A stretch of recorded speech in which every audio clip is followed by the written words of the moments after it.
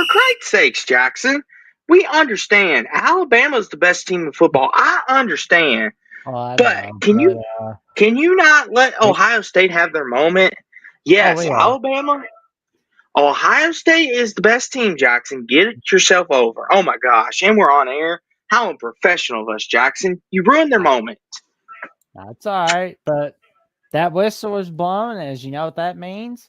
The national championship edition of the final whistle, right here from yours truly, Jackson Johnson, and my partner in crime, Austin Williams from Sports Talk with Austin, as we go over our takeaways from the national championship in all of college football. Let me tell you something, folks. It was a wild ride. How you doing tonight, good buddy? Oh, I'm doing pretty good. Doing pretty good, for all things considering, Jackson. We're live, we're healthy, and well, and we're live on air. Whether our teams play for a title or not just happy to see others succeed. And obviously, Hummus Hero is jubilant tonight. It's like Christmas Day for him. He said it's a great day to be a Buckeye. Absolutely, Hummus. You enjoy it because you don't know how many of these you're ever going to get. And B being asked who won the game, Ohio State, which we'll get into the reasons why they won. And of course, some history being laid down from Hummus, first ever team to beat 5 AP top 5 opponents in a single season.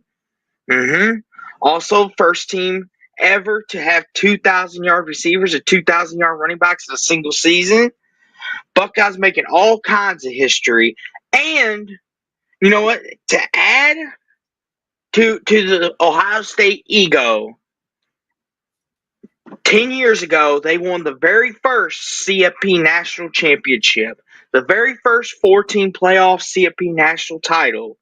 And 10 years later, the first ever 12 team CFP national title bracket, Ohio State comes out the victor. You can't tell me this isn't destiny, Jackson. Yep. Almost 10 years ago, they did the exact same thing, the first ever in both instances. Yup. That's pretty cool, I gotta admit. It's like you don't see that every day. Yeah, it's history, Jackson. Like Hummus just routed off in the chat. I mean, and they deserve their moment. Ohio State, they've been through it all, the ups, the downs. They went through it all. They've witnessed a lot of great players come through, and a lot of seasons where they should have won, but they just ran up against the wrong opponent or had the wrong thing go their way. This time it went the right way, and it happened. Go Well, ahead, good buddy. and they did it despite the fact that they lost to Michigan in the regular season. So it's like that's huge. Oh boy, Jackson. B Bean is already trying to stir the pot. He said, so Um, Jackson's just going to disrespect Alabama like that? Wow. ah, What disrespect did you show him, Jackson? I was too busy listing Ohio State's accomplishments like they needed it. well, we came back a year later in 2015, so it's like we're good. We got 18 natties.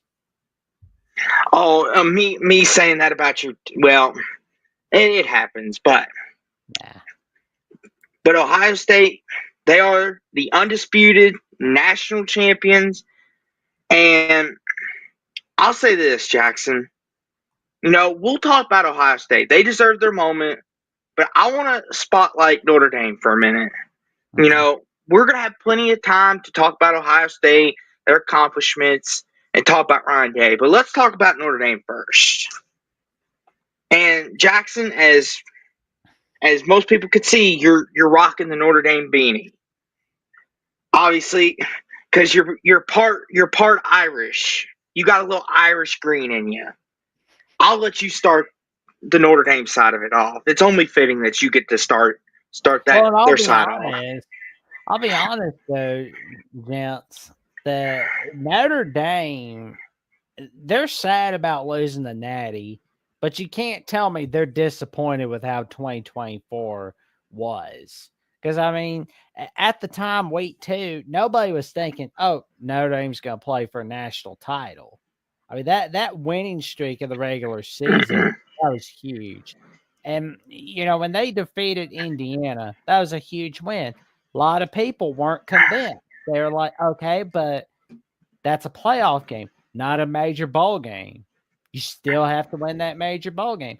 Okay, well, we're going to beat Georgia in the Sugar Bowl. That's what Notre Dame does. And then they beat Penn State in the Orange Bowl. Now, Mm-hmm. unfortunately, they unfortunately got in their own way against the Buckeyes, making some bad. They did not do so well in the first half, but they got going in the second half. But it was not enough. But I can tell you, and it's like I said with Trevor Trowbridge from Irish Breakdown, it's not a matter of if, but when Marcus Freeman will lead Notre Dame to a national title. That I can promise you.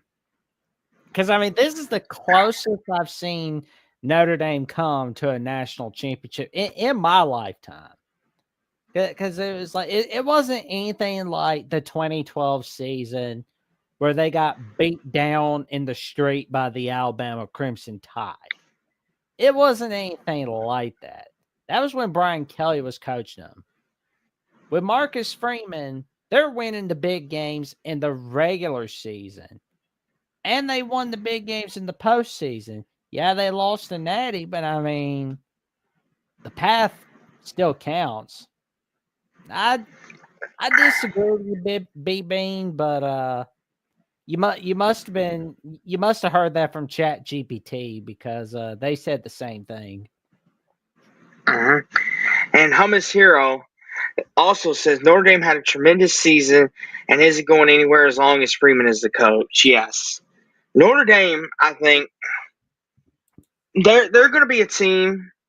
Will they always have a home playoff game? Only time will tell. You never know what could bring in a season. But I guarantee you, Notre Dame will be in the playoffs more often than they won't with Freeman as head coach. Now, how far they go, the future will tell. But I'm looking forward to what Marcus Freeman's cooking up. And Jackson, if you don't mind, I want to talk about a certain player from Notre Dame that I think it's time we put a little respect on his name if you didn't already. Let's If I do it. can, I want to talk about Riley Leonard for a minute. A lot of people give him criticism, including myself. I know you have as well.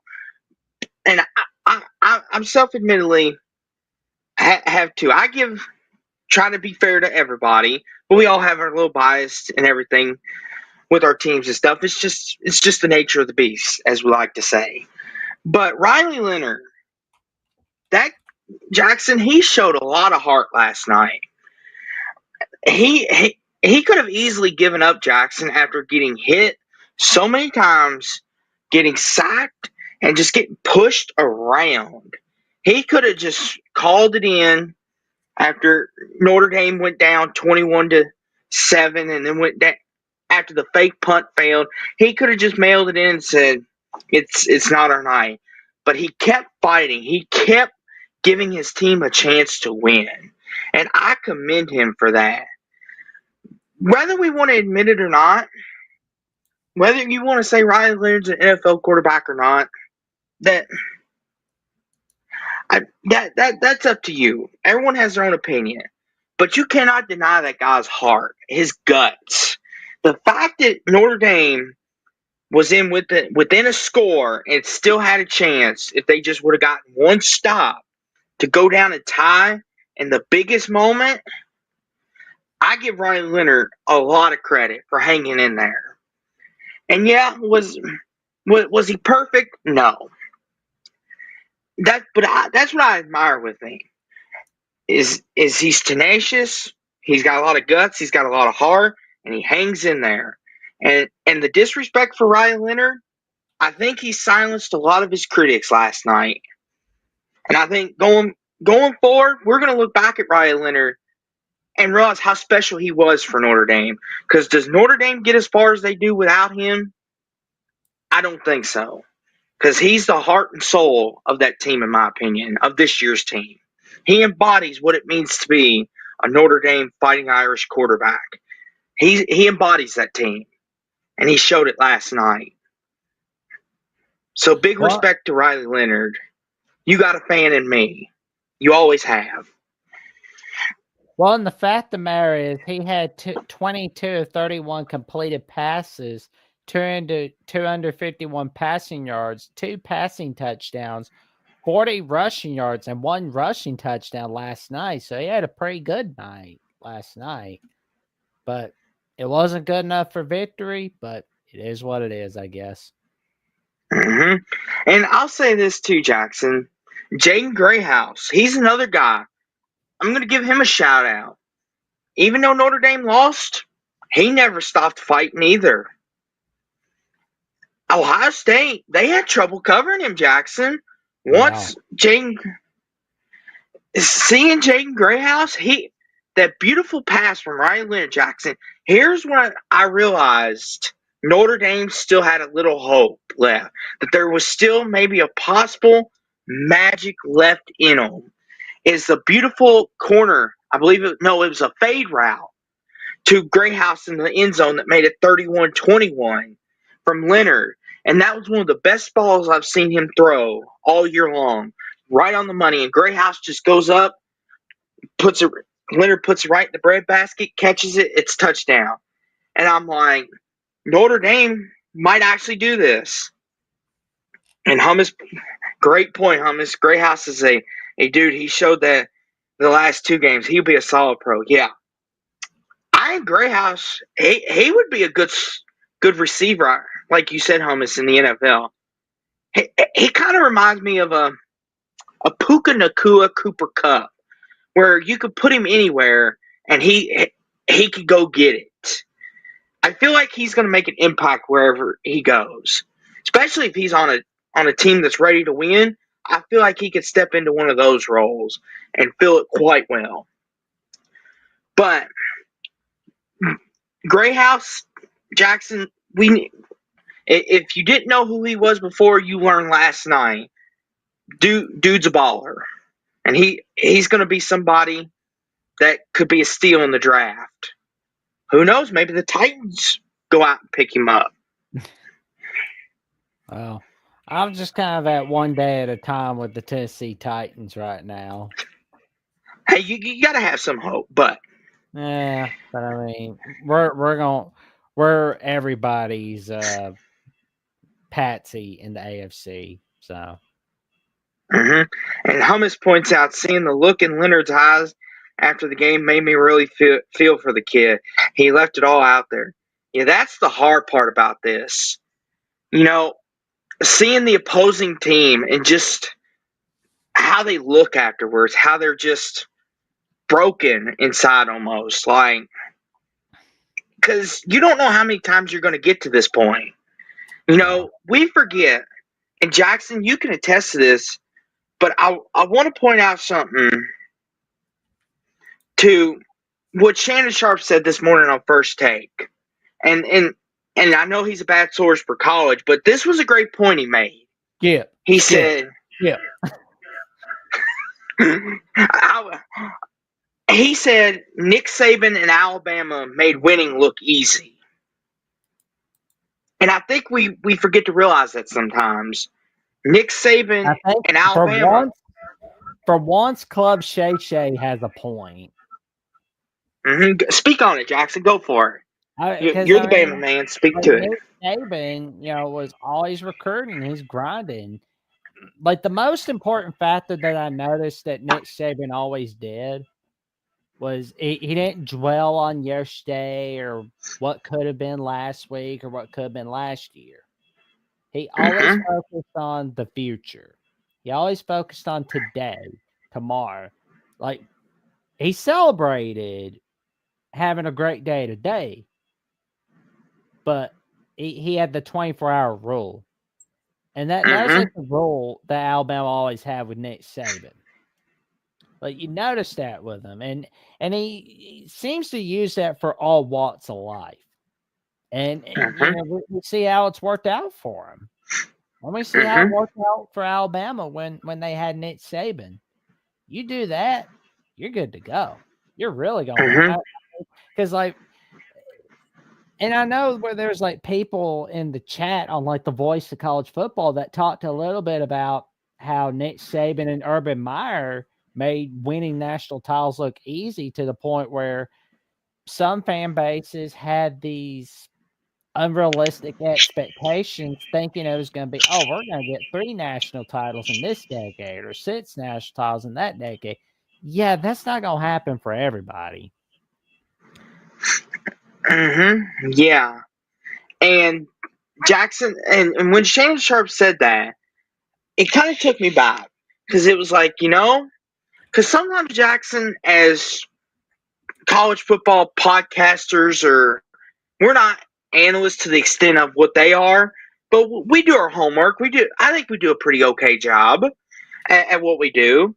But we sometimes don't take the time to appreciate when things happen in front of us. Mhm. And I think a lot of us took what Nick Saban did and kind of thought, oh, this is the standard. This is what every coach is going to be and what they should strive to be. Listen, Jim Harbaugh, one of the greatest coaches in college football history, and I know Ohio State fans might not want to hear that today, might be one of the greatest coaches in college football history. He won one natty in 1 year. He won Mhm. one natty at Michigan. That's all he won. Ryan Day, one natty so far, but he's Mhm. still there. So we're gonna leave him alone for now. He could win 6 more for all we know. But it's hard to keep winning at a level like Nick Saban did. We'll probably never see another coach do that again. More than likely. I could be wrong. We could see. We could see him. You never know, but I doubt it. Nick Saban made winning look easy, and us as fans, analysts, we didn't appreciate that. We didn't realize how special that was until now. Yeah. And rough.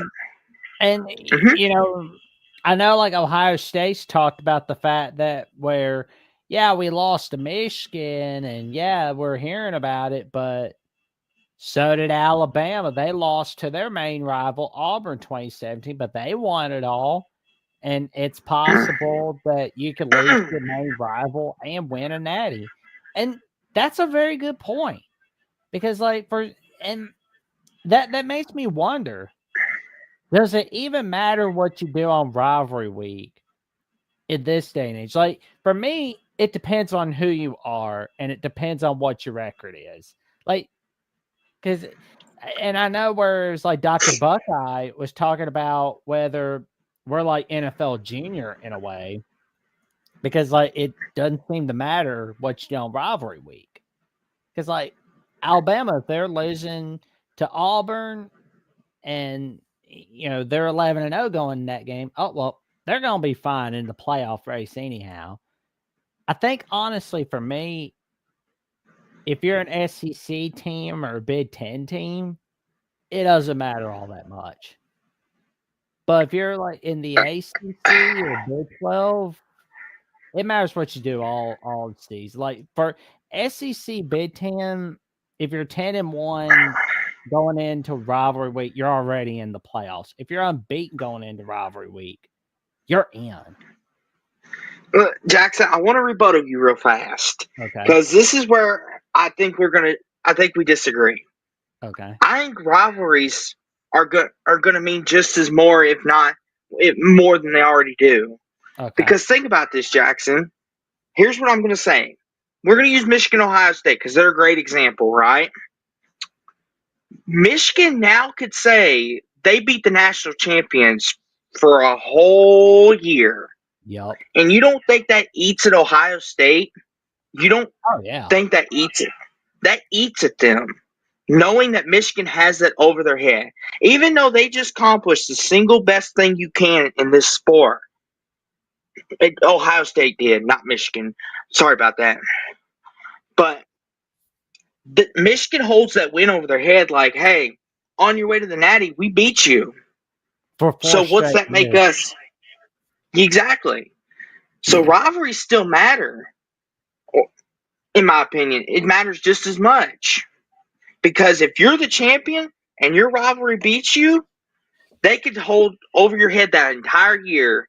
How good are you? How much better are you than us? Even though you won the whole thing, we beat you. And we went to your yard and we beat you. Yeah. That's where I think we kind of disagree. I understand where you're coming from the playoff point of view.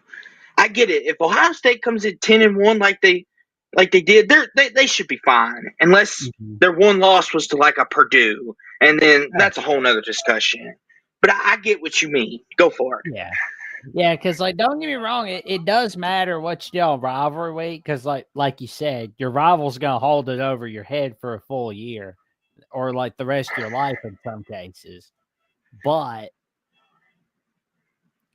it, like, from a playoff standpoint, it's like you don't need it to basically clinch a spot in the playoffs.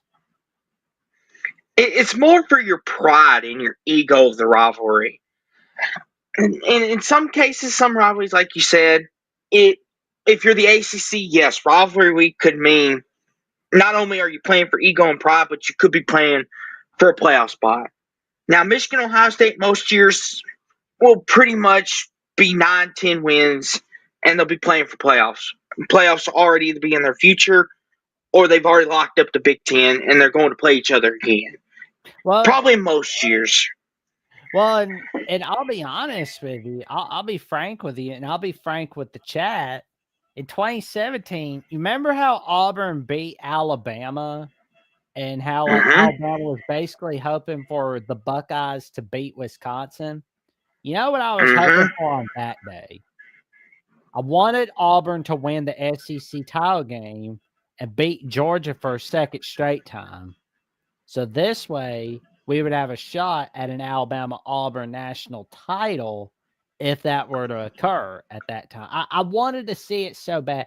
I didn't want Auburn to lose to Georgia, because that meant, great, now we got to wait a year later. Uh-huh. Yeah. See, and that right there, Jackson, Mhm.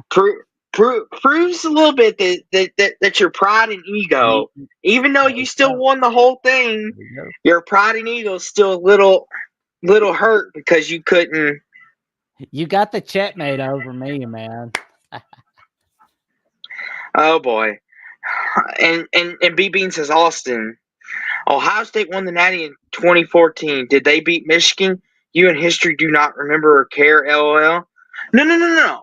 I, I, yes, I'm saying as of this year, B Bean. In 2014, Ohio State won the game. They won Mhm. the Natty.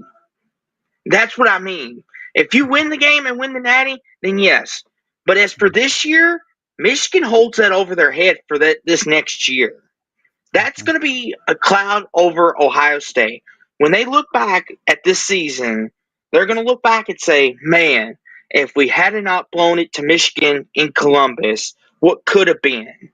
In 2014, they did beat Michigan. They accomplished all the goals. They did that. They did that. We beat our rivals, and we won the Natty. That's like cherry on top of a sundae. Yeah, In 2020, Alabama beat Auburn. That's cherry on top of the sundae. that is true. I mean, like, because like history does care about the Natty, and there's like a couple of other teams I keep thinking about that lost to. Let's see. Mayhem Matthews says Ohio State will look back at this season. They will remember this Natty. Nobody cares that they lost to Michigan. Mm, Michigan will make sure They they don't can't. forget. I'm Well, sorry, yeah, Jackson. Go for it. Michigan won't forget. Whereas, like, he has a point, because a lot of people care right now, but give it like 10 Mm-hmm. years time, no one's really caring about that. Yeah, they're thinking Is it just me, or am I thinking? Is it? Am I off track in thinking? Okay, you lost your rival, but you won the Natty. Am I Yeah. on the? Am I off the wrong beaten path? Am I caring too much about the rivalry instead of the actual accomplishment? Well, and you look back at some of the past national champions, for example, like 1965 Alabama. We tied Tennessee 7-7 because Kenny Stabler forgot that it was fourth down because he thought it was third down. And it was like nobody really thinks about that, or the fact that we lost to Georgia in the first game of the 1965 season due to a hook and ladder by the Bulldogs. And not a lot of people really look back at like some of the national champions and go, "Oh well, that game, this, that, the other." Like you would have to be there to talk about that particular game, or better yet, you basically have to keep up with all the history of the game, so to speak. Because like people are looking back at the national champion instead of like, "Well, how did that happen?" But let me ask you something, Jackson. I want to refer back to a point you just made, though. You mentioned they keep saying how Ohio State's not going to remember that. You all won the title the same year y'all lost to Auburn, and you Hmm. brought that up. Yep. So there is a part of you that still remembers that. It still kind of eats you a little bit. It does at me. It does at me.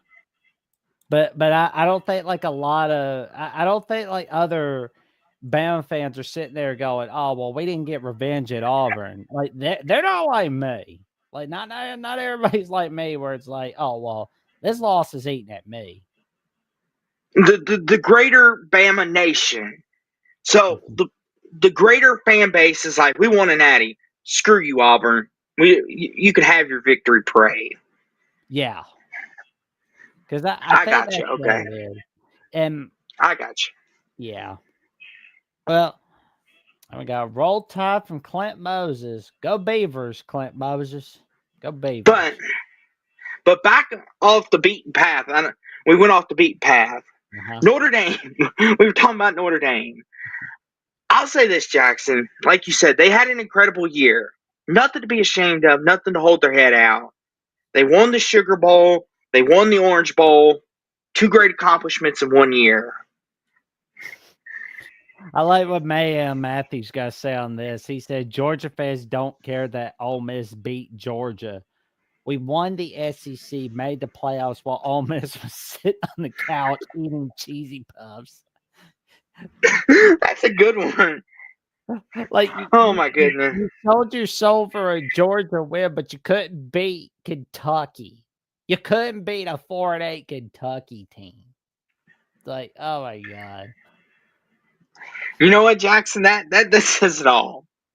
But and the thing too is, Jackson, like I said, great accomplishments for Notre Dame. But as we know, history is written by the winners. And I Yep. think we got to give the credit and the glory to the team that won, and that's Ohio State. They're the undisputed national champions. They're the kings of college football until 2025, 2026, until the 12-team playoff roams around again. Oh boy. That's Oh my funny. gosh. Oh no. This is not. We were trying to give Ohio State their credit. No, oh my gosh. We are, man. Oh man, chat's having a good time tonight. I love it, man. You know it's a great night when the chat's having a good time. But Well, see, Jackson, in all honesty, Lane Kiffin's probably cheering for Ohio State. Go Ohio State. We'll show the committee who's boss. yeah, we beat Him and Duke. his We beat Duke. Yeah, wait. yeah. Okay, what do you want? A lollipop? Here you go. Here's your lollipop, man. Here, Lane Kiffin. Here's another 20 million. Just blow it to Florida next time. No more blowing to Kentucky. But anywho, back to the victors of of this. before we get on a tangent about Lane Kiffman, who needs his Twitter taken away like a kid. But yeah, Ryan Day, speaking of coaches, Jackson, I think it's time we dish out some apologies to Mr. Day. Would you like to give yours first? Or you want me to give mine first? Because I we give owe him some mine. apologies. Go for it. Go for it. You can go for it, man. Okay. So I'm going to start, I guess. So, Mr. Day, I'd like to humbly apologize for prosecuting you for being a bad head coach after the way you played and performed against Michigan. And I'd like to say that I was completely wrong. I underestimated you and thought in the biggest of moments, in the biggest of games, that you couldn't get it done, that you didn't show the toughness, the fortitude that it took. And I even made an argument that Brian Kelly was on your level. I am sorry, Mr. Day. I will never mistake you for Brian Kelly again. Yeah, I will not don't let you. ever compare somebody to Brian Kelly. It's like somebody that wins an A. Don't ever put him in that same category as Brian Kelly. That's oh man. But I'm apologizing, Jackson, to Mr. Day, so he will come on our show still. Anywho, I don't think he's gonna be unprofessional. mad. I don't think he's gonna be like sitting there going, "Oh, these two guys said something about me." It's like I don't think he's mad about that. I think he's thinking more about getting his team focused. But That's the anywho, fault for the course as a head coach. Like, anywho though, but I will never again mention Brian Kelly and Ryan Day in the same breath again. You are the superior coach. You are the national champion, Mr. Day. And from here and now, you will always be a champion. And my opinion is worthless. So, I'm sorry, Mr. Day. Congratulations. oh wow. Jackson, your turn. Oh, what did I say about Ryan Day? Have you said anything bad about him while we're dishing out apologies here? Hmm. Well, I mean, the worst thing I thought he was like John Cooper 2.0, but I mean, I asked like the question, was he considered John Cooper 2.0 because of his losses to Michigan?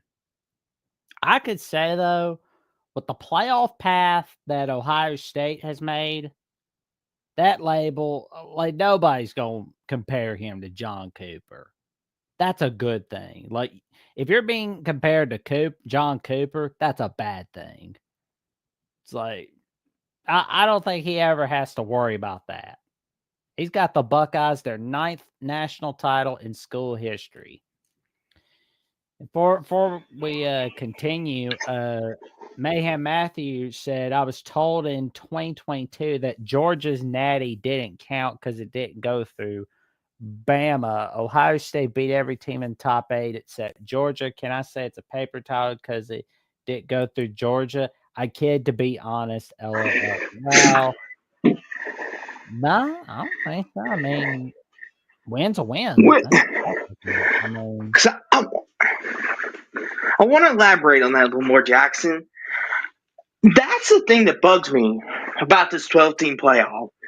Not to go too far down the rabbit hole, but it's like the problem is why are we going to call Georgia a paper champion at the time, even though they didn't beat Alabama? They beat Ohio State and they beat TCU. They beat the two best teams in front of them. And Ohio State did the same thing this year. They beat the teams that were in front of them. You can only beat who you play in front of you. And Ohio State was the best team. They are the best team. yeah. You do not win the whole thing without being the best team and beating the best in front of you. They can't say, oh, we need Alabama in the playoffs to validate this. They don't get to make the rules. They just play who's in front of them. Well, and Mayhem Matthew also says, I feel like this was the most predictable national title game of all time. Um, Which one was more predictable, like this one or the 2022 Natty with Georgia TCU? Because I mean, I could see that. Rough Rider Return says teams do not get to make up their opponents list. Not in the postseason, but like their schedules get made in years in advance. Mayhem Matthew also says, I do feel like Ohio State has a great chance to go back to back. Agreed. And the real MVP says the team that most people picked in the preseason won it all. What a surprise. Michigan fans are trying to claim this title has an asterisk or is tainted because Ohio State lost to Michigan. Nah, it's not tainted, but we didn't get to go over the plays that led to Ohio State's victory, did we? No, and there's one Jackson that I really have a fault with, but I'll let you go through it first because go for it, good buddy, Did because anybody mine's gonna be a look back rant. at that 56-yard catch that Jeremiah Smith made in the fourth quarter? That's the one I'm gonna rip because I got a problem with that one. Go for it. What was where was Notre Dame's defense at? That's what I'm wondering. I just want to know, Jackson. I don't claim to be a defensive coordinator, defensive guru. I never will. But why are you leaving arguably the best receiver in the country on an island one-on-one? Why?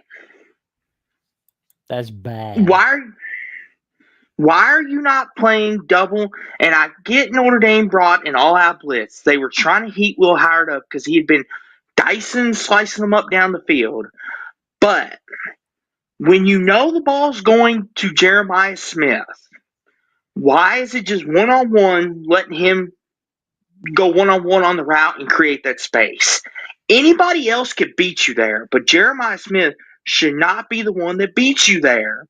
Notre Dame, why? Go for it, Jackson. Go for it. Yeah, I'm I gonna blow a mean gasket. that was bad, but you know what else was bad?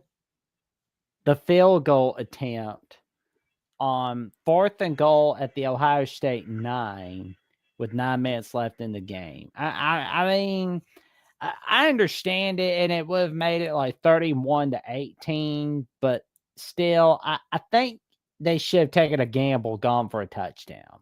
I mean, it would have been a little bit better, honestly. But I mean, go for it, good buddy. Go for it. Notre Dame's first drive in the third quarter, where they were going for a fake punt on 4th down, I feel like it's one of those play calls where you're a genius if you make it, and you're a doofus if you don't. Yeah, that's one of them, Jackson. I'm with you on that. But the field goal, I get it. You make it, and then Notre Dame goes down and scores. You still got to get 2 scores either way. So because they ended up still scoring the touchdown anyway. Instead of it being 34-23, it would have been 34-25. Yeah, 34-20. No, 34-26 because they got the 2. So it would have been 34-26. Either way, instead of it being 11, it would have been 8. Unless you're a gambling person, the outcome's not going to change. Ohio State's still going to win the game. And what was going on Notre Dame's end in the first half, where it was like, oh my god, like why couldn't they have just capitalized off after that first drive? Like, good grief. I thought think for a moment Notre Dame was going to pull it off. I think Ohio State was kind of caught off guard because they were like, okay, Notre Dame, their O-line could push people. And they kind of were like, okay, we see what your game is. Like the first 2 drives, a lot of times, Jackson, if you notice this is in any game, but especially in these bigger ones, they're kind of the feeling out drives. They're like, okay, what do y'all like and what do y'all don't like? And Ohio State, they had been ripping through everybody. But Notre Dame, they kind of do this. They beat you down, they wear you down, and they kind of play this. Let's see what you do good. And they were kind of like, okay, let's test their defense. And that's what they did. They were pushing them. Took almost 9 minutes, and they scored. And then after that, it was kind of like Ohio State was like, okay, we see what you like to do. You're a one trick pony. And then Jack Sawyer and company were like, okay, that's enough, children. Shoot, get off our field, shoot. Oh yeah. I mean, it was just good grief. But a great game Mm-hmm. by the Buckeyes. Carnell Tate, he was huge. I hear that his role is going to expand for 2025. That'd be a wise Mm-hmm. move right there. And Jackson, we're giving shout outs tonight. And I got to give a huge shout out to Mecca Buka. Jackson, I heard this during the broadcast, and I got to give him some love for him being so selfless and being a team player. Because Jackson, they said he could have transferred to any school he wanted to. After Jeremiah Smith came in and all these receivers came in, but they said he stayed because he knew his best chance to win a natty was right here in Columbus, Ohio. What a selfless act, Jackson. In a world of NIL and money where greed takes over, he stayed, he stuck it out, he didn't pout. He wasn't like, he took my spot. I'm going to Cal, where you'll go 6-6 at best, or I'm going to go to this place. He stuck it out, he hung in there, and it paid off. His sacrifice paid off. He'll forever be known as a champion now because he was selfless.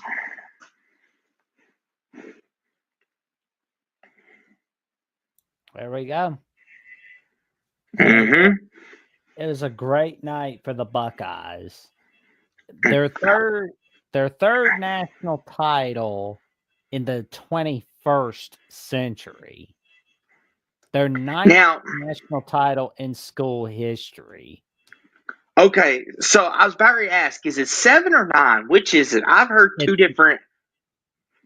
well, ESPN's not doing their math correctly, and that they need to get better people. I mean, apparently they're supposed to have the money, but 7 national titles, really? I mean, that's where you have to study the history before you watch the games. Like it's always good to study, and I know it's like, oh, come on, what? It's like, well, this way you can point out inaccuracies by ESPN.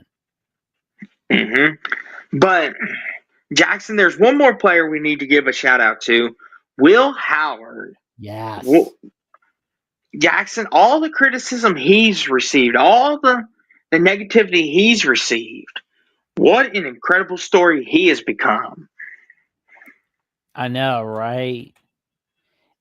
And all off season, that's all everybody heard was, oh well, and you're just like, you pit Will Howard over Yeah. the guy that left for Syracuse. God, you're pathetic. And the criticism seemed really strong after the Michigan loss, right? Oh, well, Mm-hmm. some move going on, Will Howard. Oh, that guy that left you. Oh, by the way, you know what he did? He led Syracuse to victory against Miami. Yeah, but here's the thing, though. Buckeyes are still in the playoffs. Somebody forgot to tell them that because they oh my God. Like, the game that I really loved the most from their playoff path was the way they smacked Tennessee off the face of the earth. Of course. Because, like, all Tennessee did was run their mouth all week was how they were going to take over Columbus. And like, it wasn't so, like, some of the fans on Twitter acting nuts, like, not all of All Nation, but the Tennessee people that were in Columbus running their mouth just like stomping on the bleachers, doing all that stupid crap they were doing. They're like, we're taking over. And the players, oh my God, like, see, we can handle the cold. Yeah, but the Buckeyes smashed you to smithereens. Jackson's getting It's too like much those enjoyment out of morons. this. It's like those morons that stomp on their opponent's logo before the start of the game to show, hey, I'm the boss. I'm the boss.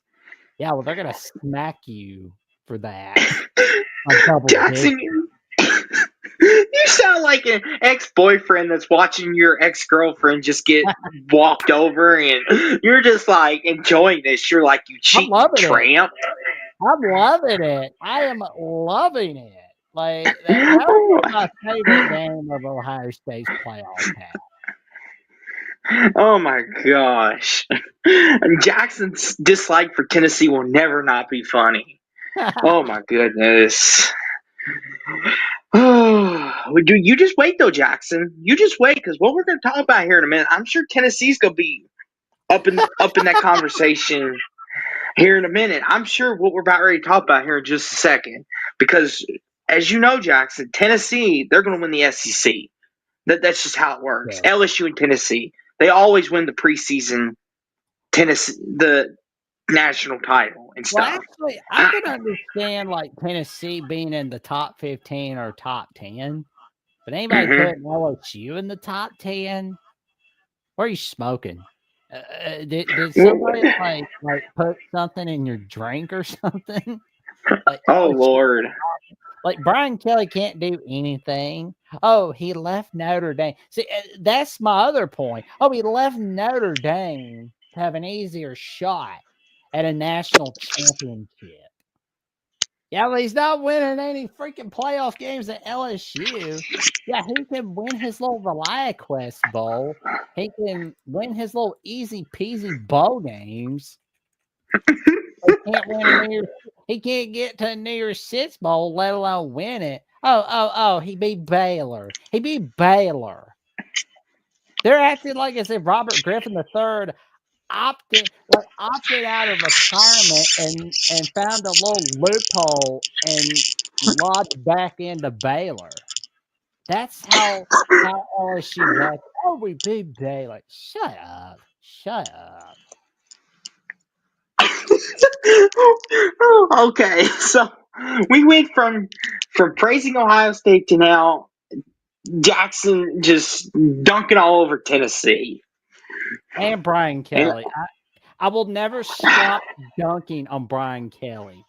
I will never oh quit my dunking gosh. on him because he can't win the big one in the postseason. And the Oh my Texas Bowl gosh. is not the big one. The ReliaQuest Bowl is not the big one.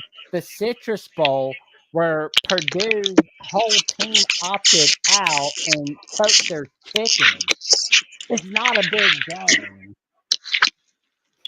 Now, Jackson, how dare you say that, Jackson? How dare you? The ReliaQuest Bowl is a big one, Jackson. It's a big one. I mean, it's so big that they should have it.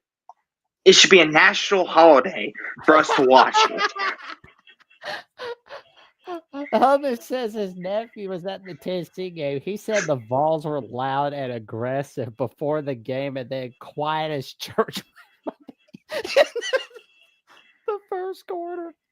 I love it. I love it.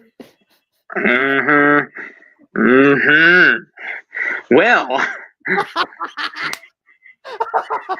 and Darrell says he has yet to find anyone that likes Tennessee if you're not a Vols fan. I don't mind Tennessee. I mean, which I haven't met any bad ones yet either. So, but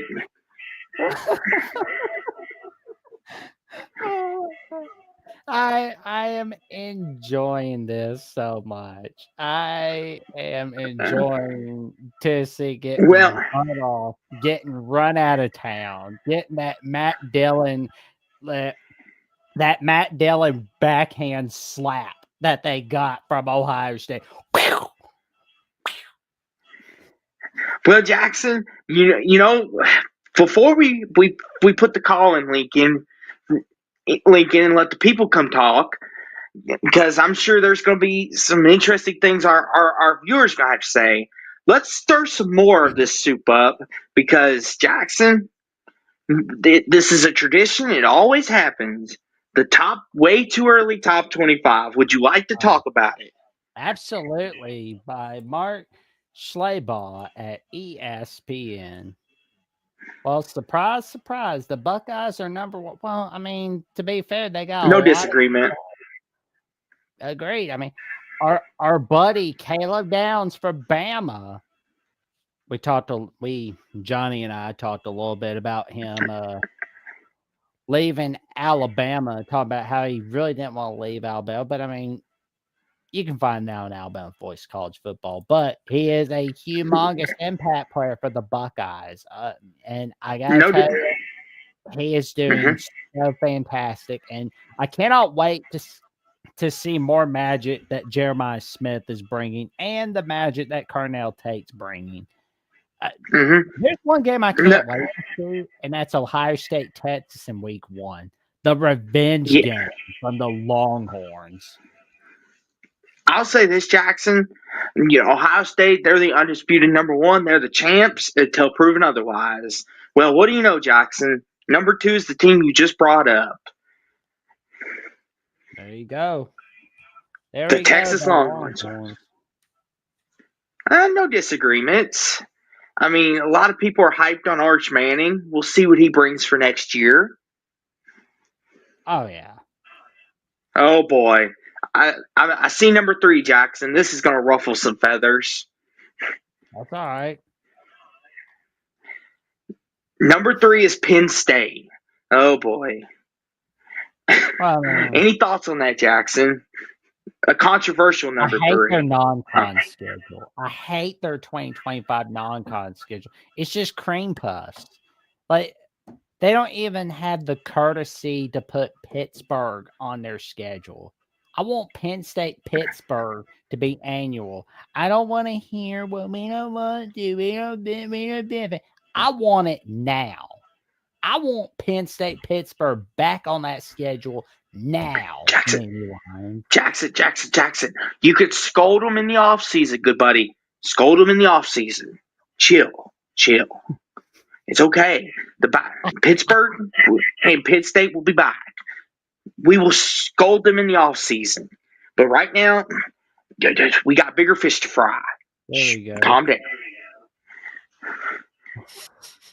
Well, I'm just having too much fun just scolding them about it. But I mean, that Penn State Oregon game, Week 5, we are going to learn quite a lot about the Oregon Ducks going up against Penn State, which, I mean, they already got a lot of key guys returning, and plus they're not losing that. Well, I mean, they are losing Tom Allen, but who are they going to get to replace him is the question.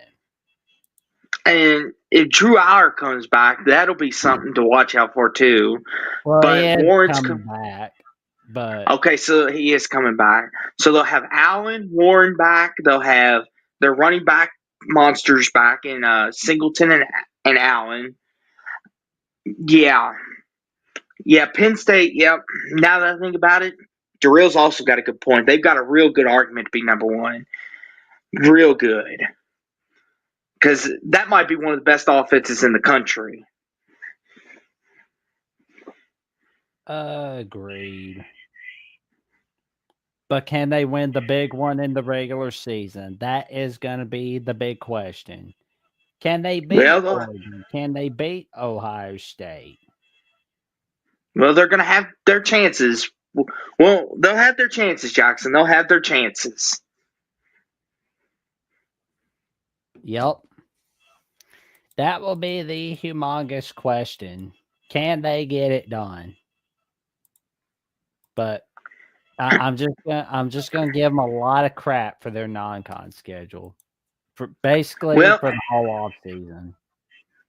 Well, Hummus, actually, Warren's coming back. Believe it or not, he announced that the other day, which I was kind of shocked to myself because I was like, I was kind of surprised. I was like, Warren's coming back. I'm like, oh okay. I mean, oh, he's huge.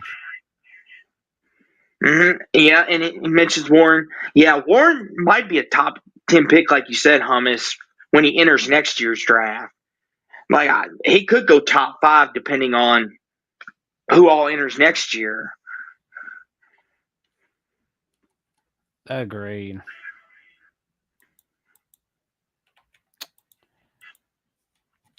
Well, we got the Notre Dame Fighting Irish at number 4.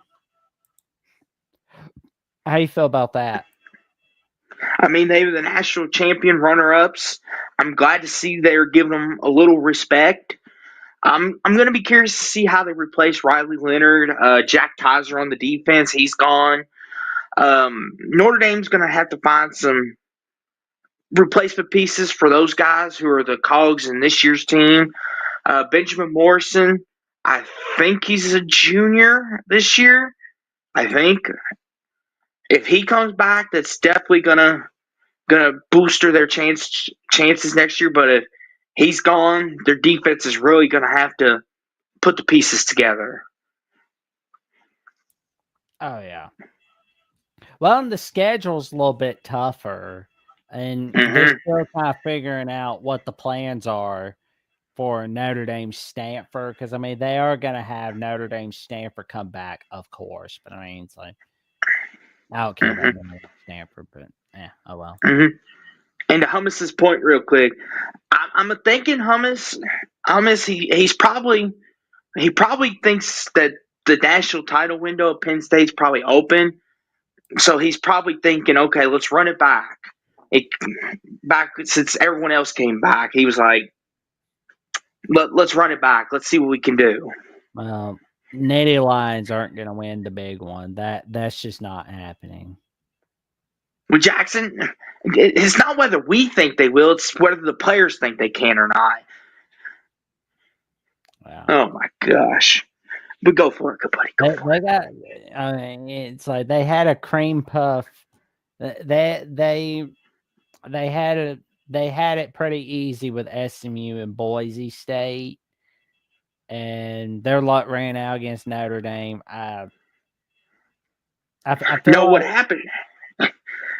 what happened, Jackson, is Drew Aller took took took whatever kind of pills he took and decided to throw across his body, like he's Patrick Mahomes recreated.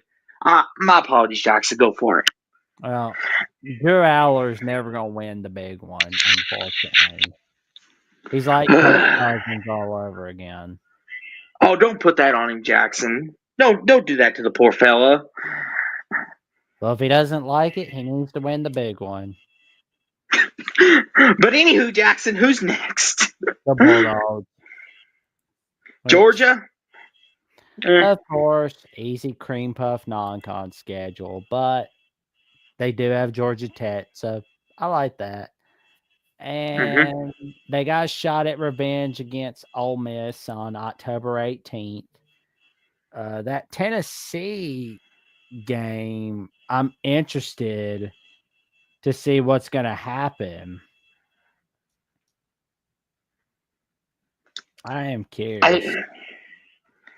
I mean, with Carson Beck being gone, I mean, we'll really need to see what their offense is going to look like. I mean, it can't get no worse, for Christ's sakes. Like, the turnovers will definitely go down. We'll definitely see what Georgia's got in store. Yeah. Oh, that's just wrong, Hummus. That's just wrong. Encouraging bad behavior. Tampering. He's encouraging bad behavior, Jackson. This is a holy sport. And he's over here encouraging the bad behavior on Penn State's part. Hummus. Well, Shame, shame, shame. we got Oregon as our next team, number 6. Yeah, they're going to be. Go for it, Blake. Go for it. What is their plan for 2025? Like, Your guess is as good as mine, Jackson. Because yeah, they're they won the losing Big a Ten this lot. year. but that didn't automatically mean national title. Because Jackson, Oregon's losing a lot of production, probably a lot more than we'll see in anybody in the top 10. I'm going to be curious to see what they're playing as a quarterback, receiver. This will be a real big test for Dan Lanning in the offseason. See if he can put another good to great team together. I'm looking Well, forward to seeing what Oregon can bring. I'm glad you brought that up because they're going to have Dante Moore coming in as QB. And, Oh. well, don't throw the baby out with the bathwater on him. I think he's going to be fine. He's going to be fine. It's okay. Okay. Well, UCLA just threw him away. They were like, so It wasn't so much UCLA throwing him away. It was the fact that he left UCLA because it was like he okay. left Oregon to go be a starting quarterback at UCLA, but then he saw like what a stinking trash heap that university was. He's like, okay, I'm not in that big of a hurry to be a star. Never mind. I'm going back to Oregon. Teach, lead the way. And Ralph Wolf says Oregon was pretty deep, and they are going to get top tier transfers. And it's true. Oregon's got a lot of that Nike money and stuff, so they'll get anybody they want. So Dan Lanning, he's got it covered. I forget Oregon's going to be rolling. They're rolling in the money, so they should get whoever they want. Well, and I can't wait to see what's going to happen for the rest of the season. And it looks pretty easy to me because they don't have Ohio State. They don't have Michigan. They're going to be more than good to go. I mean, yeah, they got to go to Penn State. They got to go to Iowa. I mean, Iowa doesn't sound tough. But believe me, when you're a top 10 team going to Connect Stadium, that means bad nights most of the time. Bad nights, bad days for you. That's a bad moon rising right there. Mm-hmm. That could be their Wisconsin game right there. Who will stop the rain when you go to Connect Stadium? That is the way I see it right there. Shout out to Creedence Clearwater Revival, a top-notch band. Oh, here we go, the Clemson Tigers. I mean, of course, they're happy with Kate Klubnik and Antonio Williams coming back. But I got to tell you, the fact that they got Tom Allen to leave Penn State to be the defense coordinator at Clemson, this is a humongous win for the Clemson Tigers. This is a huge win. Mm-hmm. And Darrell does bring up a great point. Like this is tradition. It's been this way since I can at least remember. They always have done this, which we're not solidifying anybody. We're not going to name our national champion tonight. Lord, no. We're just kind of taking a look at the early field. We'll know more in May or June when we do schedule breakdowns and previews and roster finalizations. Oh, yeah. The month of And Jackson. June, July, we'll definitely know more. And that's when we get the Lindy's magazine and the Phil Steele magazine. That's when Jackson will really know what's up, and he'll be ready to tell you what he thinks then. No, I mean, I've gotten some right and I've gotten some wrong, but I mean, Jackson, number 8, baby. I told you. The Brian Kelly magic. Yeah, well, their magic is going to be getting their ass whooped by Clemson. Clemson is going to get out that belt, spike them. They're going to give them a Matt Dillon backhand slap, and they're going to tell them, get out of Dodge. That's what they're going to do to the LSU Tigers. So crazy enough, Jackson, you want to know who the Heisman favorite is next year? Who? Nussmeier? Yeah, he's the betting favorite right now. Well, and people are up in arms about that, which I don't disagree. Well, I would put my money on you. Here's what on Jeremiah Smith. I'm gonna take my bias out for a little bit. Mm-hmm. So I want to see if they can win their big non-con game in the 2020s decade because so far they have not done that. They have not beaten Florida State. They have not beaten USC. They lost all those teams. They lost to UCLA to start off week 1 of the 2021 season. I mean, yeah, they beat UCLA 2024, which I mean, I will give kudos to LSU for having two Power 4 opponents on their non-conference schedule. Well done. I respect that. I like 2 Power 4 or like 3 Power 4 non-con opponents if you can help it. It's like I like that. So I mean, I will give kudos where kudos due. But question is, can they win the big one? Can they get to the playoffs? That's going to be the huge question looming over LSU. And the fact of the matter is, can they beat Ole Miss at Ole Miss? Yeah, they beat Ole Miss in Baton Rouge. But can they beat Ole Miss at Oxford? The Magnolia Bowl, that's going to be a game to watch. I mean, everybody's going to be watching Alabama, Georgia. But a game you might want to watch out for is LSU Ole Miss. And you may want to watch out and see what's up with the rest of the year for LSU. Because I will say I'm curious to see what's going to happen with the Bayou Bengals. But I can't deny that I will be pulling for Cliffs because I'm going to be pulling for them like my butt's on fire against LSU. And here's the thing, too, Jackson. Choir, Ralph Wolf, you preach it to the choir. Jackson, we're going to come back here in 2025. By golly, Jackson, if it's the last thing we do, I will make sure our show lives on long enough to watch LSU demolish Clemson next year, and then for you to have to eat that crow. I cannot wait.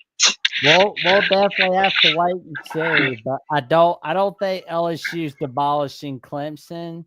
But I mean, I'll eat crow on if LSU does beat Clemson. I'll eat crow on LSU being Clemson. But the real question will always be for Brian Kelly is can he win the big one in the postseason? That will always be the question. Well, I mean, Jackson with the new 12-team playoff, I mean, anything's possible. Yeah. Number 9. Yep. What respect? I guess Mr. Slayball's been watching. I like it. What respect, Jackson? I'm not used to seeing any Big 12 teams up here. They're starting to respect them a little bit. But here's my question, though. Is it a repeat of 2024 where the favorites wind up going down? I'm not saying it will be. That's just my question for anybody that's a Big 12 favorite in 2025. Will history repeat itself in a bad way from this season? We'll have to see. Number 10? South Carolina. Oh, okay. Now I'm paying attention. South Carolina in the top. Jackson, what year are we in? Are we in the 90s again? No, actually, we're in 2025, but I'm wondering if this is like the 2010s with Steve Spurrier, where South Carolina was showing everybody a thing or two. But I mean, on the bright side, they're in an era that they're really going to like the 12-team playoff because they'll be a little bit more appreciated for having a 10-win season. Whereas, like in the BCS era, they were relegated to the Outback Bowl. They were relegated to the Capital One Bowl. They didn't get a BCS Bowl from 2010 to 2013. I mean, that had to suck. But I mean, oh well. Shane Beamer's making sure they get in the playoffs. Now, I mean, I'm not going to say that I'm not saying we'll see like SEC title for South Carolina. I'm not even gonna say we see a conference title for the Gamecocks. But if they did, it would be the first time since 1969 where they won the ACC. But they don't need to win a conference to basically get in the playoffs. They just have to make sure they go 10-2. And I'm looking at the schedule and I'm wondering if they can manage to make it happen because, yet again, it looks really tough. Bayou Bengals, they got to go there. They can't quite get it done in Baton Rouge. Oklahoma's come to their backyard. Alabama's come to their backyard. Ironically enough, they schedule Alabama as their homecoming game for 2025, which, yeah, okay. Let's see how that works out for you, South Carolina. Then they got to go to Ole Miss November 1st. Last conference game is in College Station against the Aggies. Rivalry week against Clemson, that's going to be the teller of all things right there. And I'm curious to see what the Gamecocks can do for 2025.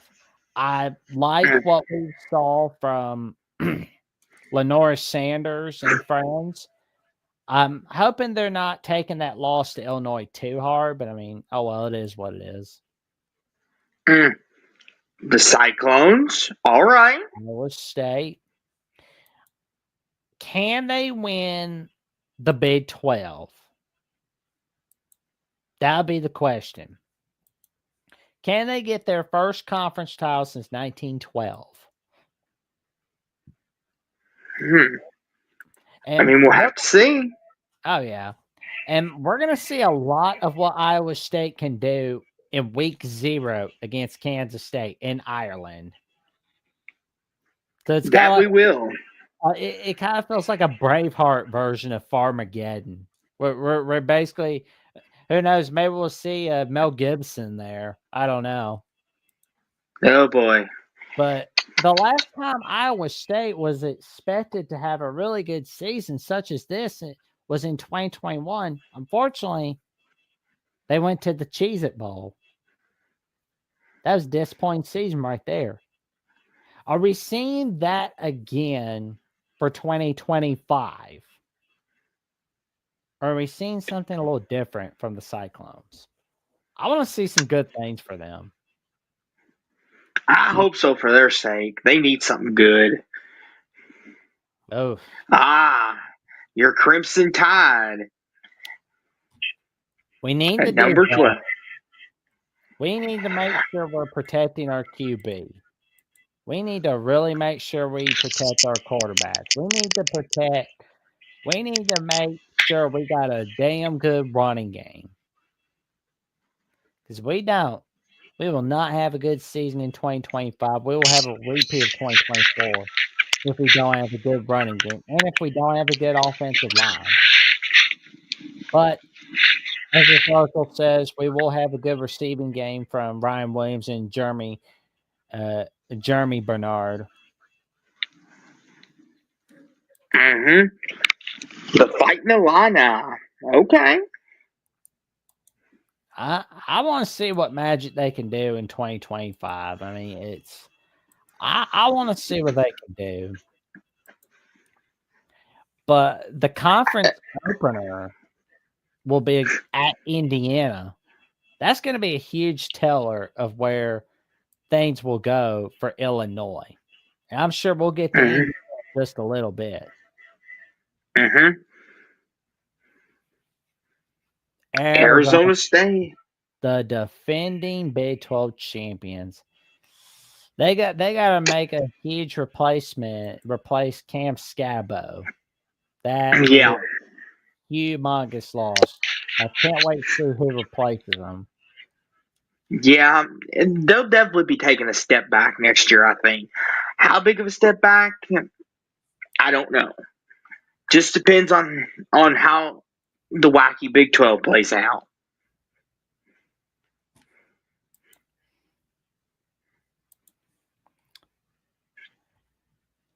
SMU. Yep. Yeah, a lot of Bama Nation, they're not too thrilled about SMU for, well, obvious reasons. But I mean, Mm. SMU, can they continue the magic that they've made under Rhett Lashley? And can they keep Rhett Lashley from going anywhere?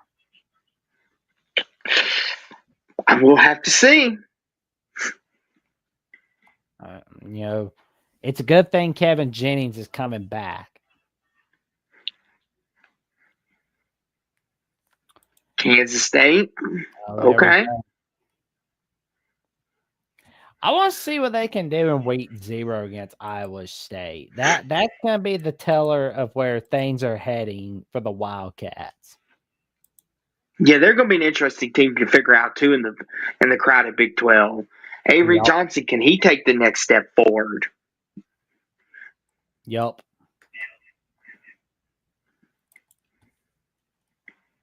Indiana. There's Indiana. Yep. Like we said with Illinois, what are we going to see from Indiana? Are we going to see them continue the magic that they made this season in 2025? Or is Indiana becoming TCU? That will be a question for the Hoosiers. Rough Rider returns. Once the portal closes and everything, these rosters get set, this list is going to get flipped up on its head. This is just... Like, what's going to happen is you're going to see this list updated again after National Signing Day. You're going to see it updated after spring practice. And I think you're going to see it updated after the spring edition of Transfer Portal. Jackson, next year's a big year for Indiana because we're going to find out if they're truly legit or not, or if this year was the one-off year, quote unquote, the Cinderella year, and then they go back to mediocrity. Well, the Florida Gators, they're here. I wonder, like, it's like this article says, that they've got a lot of momentum from that winning streak they had. Question is, will it continue or was it a fluke? I want to see what DJ Lagway can do. And Jackson, I'm going to give myself a pat on the back. Who called Florida winning 8 games in the preseason? This guy. Give this man his life. I remember when everyone told me I was nuts for thinking Florida could somehow pull 8 wins out with that schedule. Well, guess what? Who's nuts now, people? Well, the thing I'm looking at on their schedule is like they got LSU on the second Saturday of September. They have Tennessee the week before rivalry week, which we're going to get to them in just a little bit, I'm sure. I've got some questions that need answers from the balls. Don't worry. I know I'm biased, but I can put that bias away when I need to. Put the Alabama love in the cage for a second, Jackson. Put them back in the cage. Always put the analyst hat on, not the Bama hat. Yep. Because there's Tennessee. Because like Tennessee, my question for them is, because like we know they can beat Alabama. Well, this is true, but not to cut you off, Jackson, but Darrell is right. Everyone's got a little bias in them. Like, if I see Kentucky pop, if Kentucky like if Kentucky pops up on this list, I might be a hater for a minute. Yeah, but go ahead. But Tennessee, my questions for them are: can they finally slay that dragon that's Georgia in week 3 of the season? Can they beat Alabama in Tuscaloosa? Because they have not done so since 2003. They have not beaten Alabama in Tuscaloosa since then. I'm sorry, Jackson. Darrell being funny. Sorry, man. That's going to be a question right there. And top it all off, the week before rivalry week, against Florida, because that could be a playoff game right there. Like the winner of that game could Hmm. go to the playoffs, especially for that SEC at large spot, Florida, Tennessee. Yeah, because like we don't see it this late in the year. But when we do, it's gonna get big real quick. Tennessee can't get it done in Gainesville, Florida. That's usually an automatic loss for them. Is Hmm. 2025 a different story for the Tennessee Volunteers? And of course, they got to replace their 3 linemen, but they got an Hmm. Arizona guard in Wendell Moe, and they got a 5-star tackle in David Sanders. So that's going to be a win there. Of course, they got Nico Hmm. Lamaleva. They need to protect him. Holy crap! Holy freaking crap! I'm sorry. I'm sorry. All I'm right. not used to seeing this. Holy freaking crap, Jackson. Holy crap. Yes. Oh, I'm so sorry, Jackson. I gotta act like I've been here before. My apologies. Don't My worry. apologies. I get a little excited. Louisville never gets this kind of treatment. Okay, I'm sorry, Jackson. My apologies. Bad manners. Go for it. Don't worry about it. Can Louisville get to the ACC title game? Can they do enough get to the ACC title game in 2025? That's going to be a question, because that second spot, that whole conference, that's a dogfight right there. That is a humongous dogfight. You want to talk about how uh, I mean, like, I feel like Clemson's going to win the ACC again, but that second Oh, spot's going to be a don't. dogfight. I will say this, Jackson. I'm trying to keep my bias. Let me take my Louisville hat off. Okay. So Jackson Miller Moss, he's going to be a great addition. I think in this Jeff Brom offense, I think now that he's going to have a running game and an O line, what we're built off of, he's going to have more play actions built in. He's gonna feel more at home in this offense, and he's gonna have, I won't say better receivers, but he'll definitely have receivers that he can get a connection with, and he'll have a defense that he can rely on more. Because Louisville's defense, even though we're losing Quincy Riley and Gelati, we're replacing their production. I really like where we're going in the future. And Jackson, I got to give you all the love and respect and credit for telling me about the Jeff Brom hire. You said, Austin, you're going to love this hire and it's going to be great for your future. And Jackson, you are 100% right. I did my best to be. Because I mean, because like we had like those phone calls late 2022, early 2023. He was worrying about how bad Scott Satterfield leaving Louisville for Cincinnati would be. I told him, no worries. Cincinnati screwed themselves. They shot themselves in the foot. Louisville won by getting Jeff Brom. You're going to be very happy with the Brom era. It's going to be much better than both of the Bobby Petrino eras combined. I do agree with that, Ralph Wolf. They cannot lose Yes, teams like Stanford. But this we, next we've done it game, twice now. Real quick, Jackson, we've done it twice. We did it to Pitt the year before in Stanford. My apologies, Jackson. Go for it. yeah, when you go to Pitt, which that is a scary part right there. Louisville has to go to Pitt in 2025. I mean, they got Clemson coming to their backyard. They got to go to Miami. They got to go to SMU. But Pittsburgh is where dreams go to die. I know Michigan, because Bryce Underwood, Jackson, the number one quarterback, he transferred in this offseason. That's why Michigan's here right now, Oh, which Michigan's going to have a lot of talent.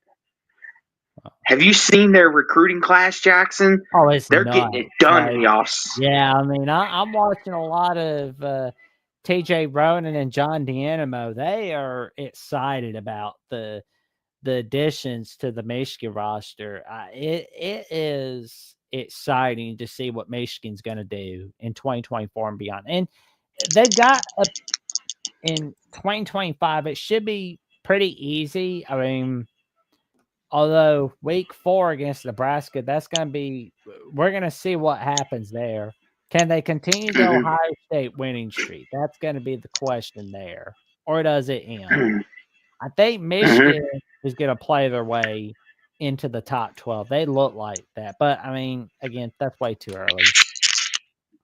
A&M, another year under Mike Elko. Let's see what they can do. I mean, me personally, Jackson, I'm a big fan of Mike Elko. I think he's got a bright future. But but as you say, Jackson, he's at Texas A&M. That causes you for pause. Understandable. I think Texas A&M could be a team that could play for the SEC title under Mike Elko. They almost did it this past year if it wasn't for the Texas goal line stand. Mhm. I like what A&M can do. You may disagree with me. I actually like what A&M can do. It's just I just didn't like them when they had Jimbo. Okay.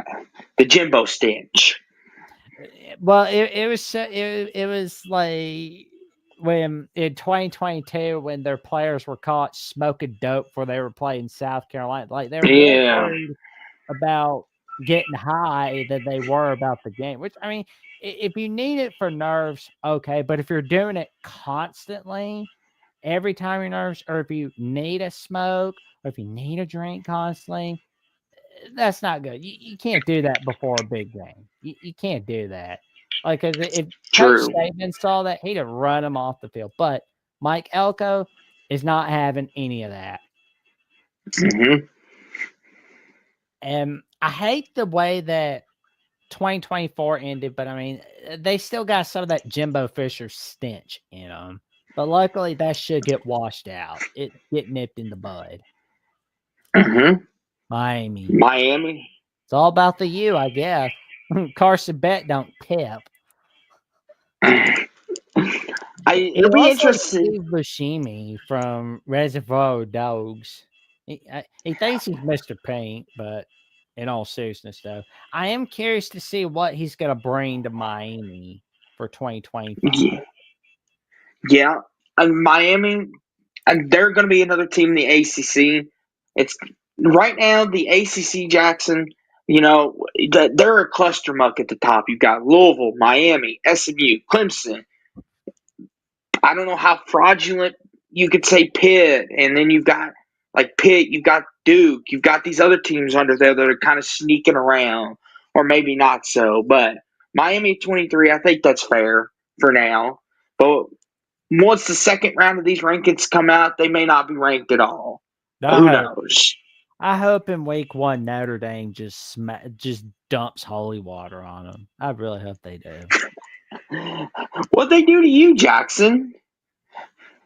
They're overhyped. That's what they've done to me. This is true. Well, Plus, Jackson, we got two more. I just want to see Notre Dame beat Miami. Who gets the final two spots, Jackson? Boise Boise? State. Oh, they're gonna. This is their final year in the Mount West because they're gonna be heading on over to the Pac-12. What do we call the Pac-12 these days? Oh well, I don't we're know, not Jack. divulging in that tonight. Mm-mm. I will say the thing about Boise, real quick, Jackson, is Ashton Genty being gone.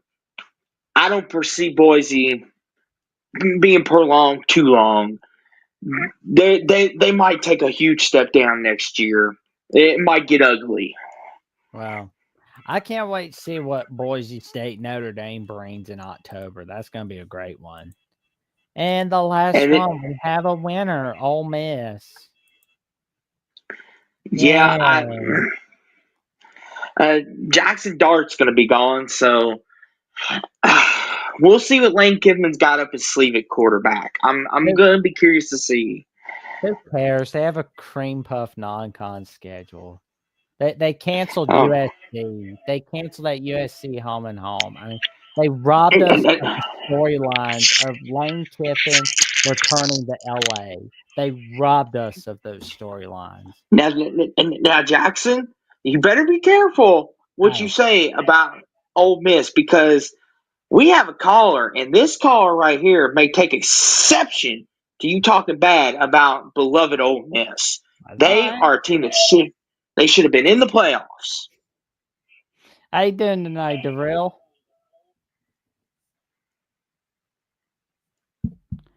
Hello, Darrell. Is your mic on? Yeah. Sorry, guys. I just had a bit of trouble there in a moment. All right. Um, listen. This list, I love this list because it's going to be completely wrong, like every other list this time of year. Big 12, almost for positive, not going to have two teams in the college football playoff. I'm pretty sure we can all say Big 12's not getting BYU and Iowa State in there. They're not getting two teams in there. We just know they're an inferior conference. I mean, come on. We just all know this. We should stop pretending BYU. Come on. It's ridiculous. But Well, not to cut you off, Darrell, but there was 3 teams, Arizona State in there too. So yeah, according to this, there's going to be 3. Or Yeah, it's Kansas there's State 4. was in there. Yeah, it's ridiculous. The ESPN's trying to make it to where everybody feels equal, but they're not. We all know they're not.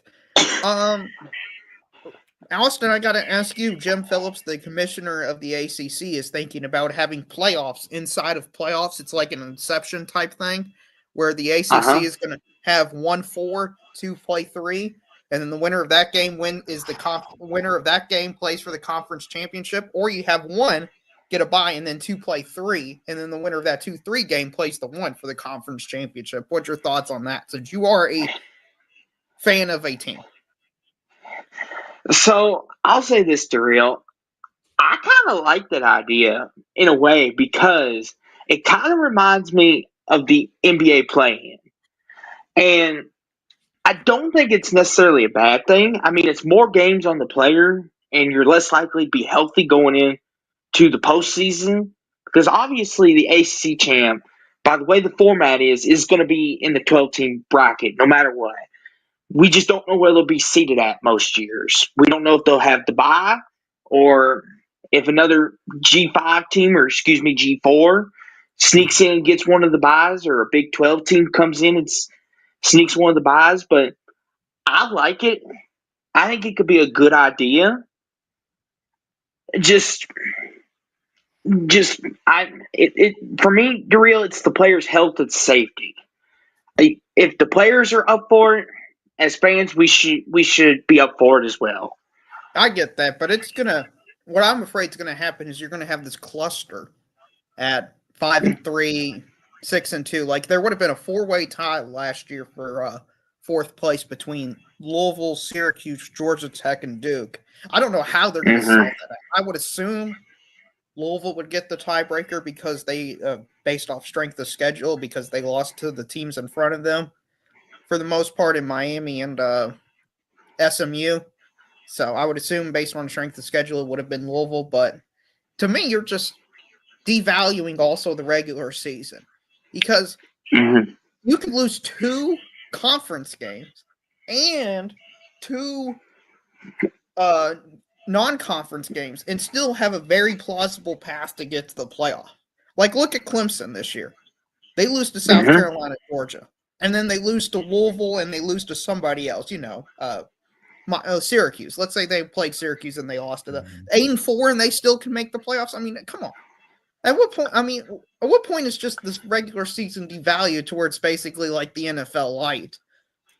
I feel like the ACC play-in possibility that it kind of feels like college basketball in a way where some people in college football are trying to turn it into college basketball. Right. This is one of the reasons I hated the 12-team playoffs. And anytime anybody, like you were doing earlier, Austin, railing against the 12-team playoffs, you will only get applause from me. That is the enemy of the sport right now, is this stupid playoff format where teams that have absolutely no shot to win it get in just to get their teeth kicked in. Like, it makes no rational or logical sense. It happens in basketball too, but the only difference is basketball, nobody cares about the national championship, whereas in football, people still value the national championship. Like, could you imagine if Arizona State beat Texas this year? The average person, in my opinion, would value that Arizona State over Texas win more than Ohio State winning the national championship. let me ask you something, Darrell, and Jackson. You could chime in on this too. Mark always has a saying when people bring this kind of thing up. You look at how many realistic teams could win the whole thing. And I said all year 4. I said Ohio State, Georgia, Penn State, and I threw Oregon in there. I threw 3 Big Ten teams and then Georgia. And I said Alabama maybe if they get it together. I mean, realistically, that's what it's going to be most of the year. It's going to be 4 or 5 teams we realistically will know that are legit, and the others are there more as roadblocks, so to speak.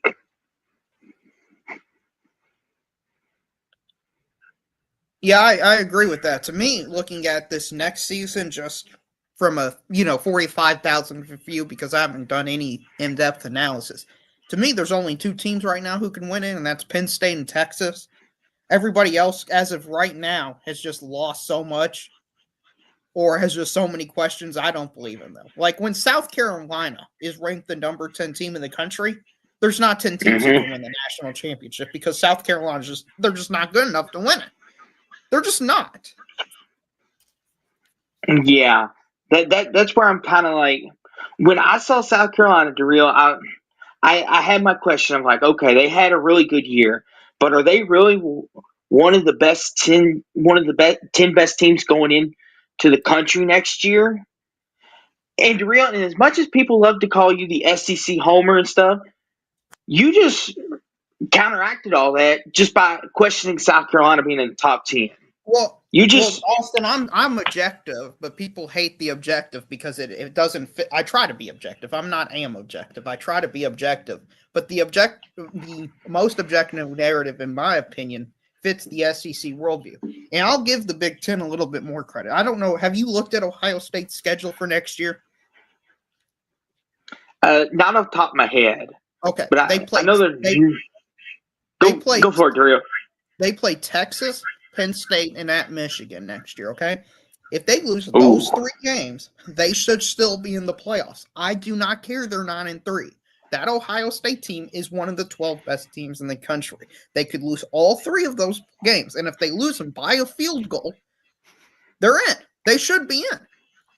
But, it's going to be an interesting spot next year because you got all these Big Ten fans saying, well, they lost a quarter of their games, therefore they're out. Well, why is Ohio State playing Texas then? If the goal is to only get to 10 wins, why is Ohio State playing Texas? Like, I know, Jackson, you're ripping on Ole Miss and Ole Miss for pulling out at USC. In my opinion, I'm applauding Ole Miss. Everybody's telling me, hey, you lose 3 games, you're out. So why not schedule FIU? Why not schedule Charlotte? Let's do the Indiana route. That's what everybody's telling me they want. Well, oh boy, I'm gonna rip on Ole Miss for taking away the Lane Kiffin storyline from us. I get it, and I hate it as a fan of this sport, but everybody wants to say, well, you got to win 10 games. Well, you can't lose to anybody. It doesn't matter that Alabama beat Georgia, who's the number 2 team in the country. They lost to Oklahoma, who was 6-6. Therefore, they're out. It doesn't matter. They went on the road and play a Power 4 team in Wisconsin. They lost to Vanderbilt there to be out. So you know what? Just get rid of all your losses that you could possibly have. Just get rid of them. Darrell, you know what this week's show at Crimson Tide Live was about? What? The future is now. We don't focus on what could have been and what should have been or what would have been. Well, I'm talking about the future too. I'm talking about removing games from the schedule. And Darrell, listen, the Oklahoma loss is bad, but are we forgetting Vanderbilt still exists? Yeah, that's bad. Yeah, that Vanderbilt team is one of the 20, in my opinion, one of the 20 best teams in the country. Like they almost beat Texas. They almost beat Texas. Well, Darrell, you're one of the first people I have heard say that. I ain't never heard Vanderbilt in top 20 in a long time. Normally. And also, if you look at, I know we can't use bowl games as a result, but they were destroying Georgia Tech before that monsoon. It was like 39-13, something insane like that. That Georgia Tech team, all I heard was they should have beat Georgia. They should, they were this great team. They beat Miami. I mean, Vanderbilt has some really solid results this year. that nobody's just giving them any credit for because they're Vanderbilt. So everybody has this bias of Vanderbilt because they stink for so long. It's the same thing that happened to Jeffrey's Indiana team. Well, they're Indiana, so they're irrelevant. Oh no! Why is poor Indiana catching a straight derail? They were a nice Cinderella story. Yeah, they were a nice Cinderella story, and unfortunately, we got a format playoff system where they get absolutely crushed 27-7. I know it would end up like 27-17, but it was 20. Oh no, it was 27-3. So there you go. Well, I know, and Jeffrey.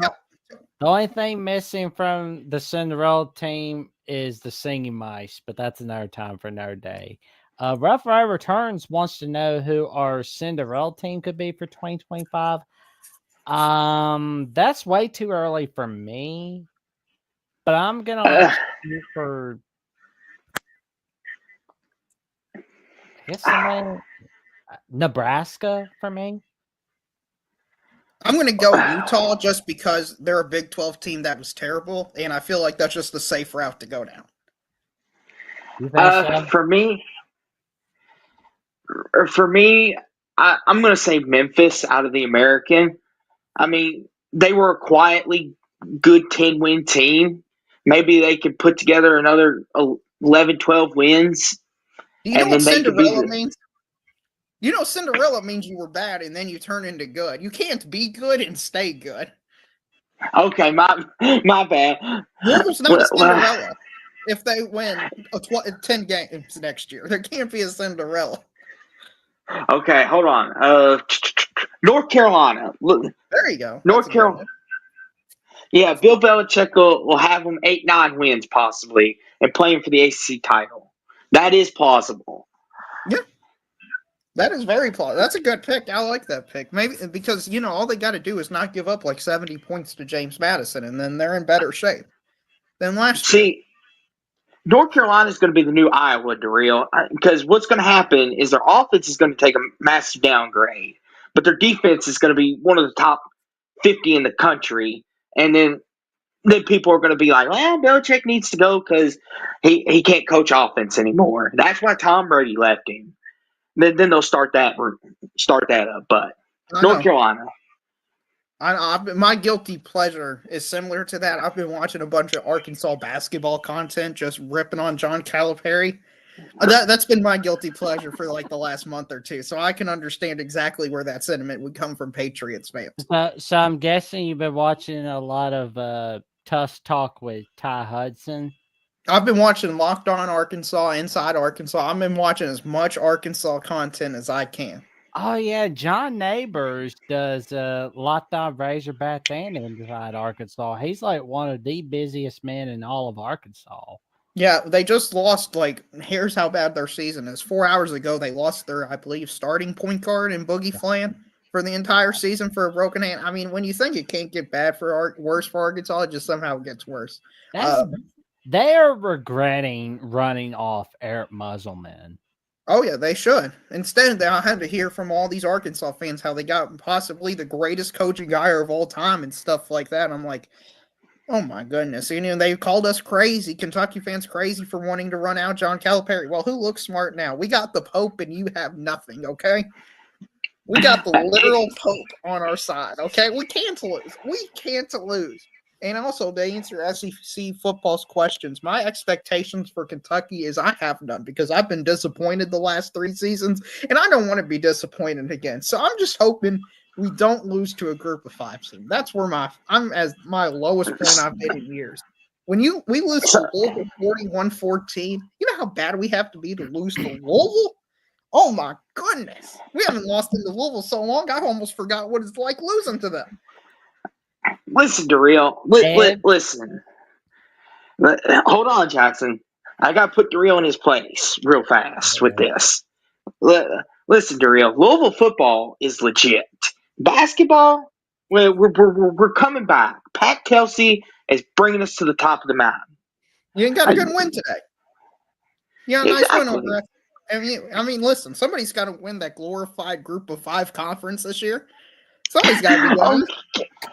Oh my, Daryl, I know this isn't the basketball channel, but the ACC, we used to run basketball.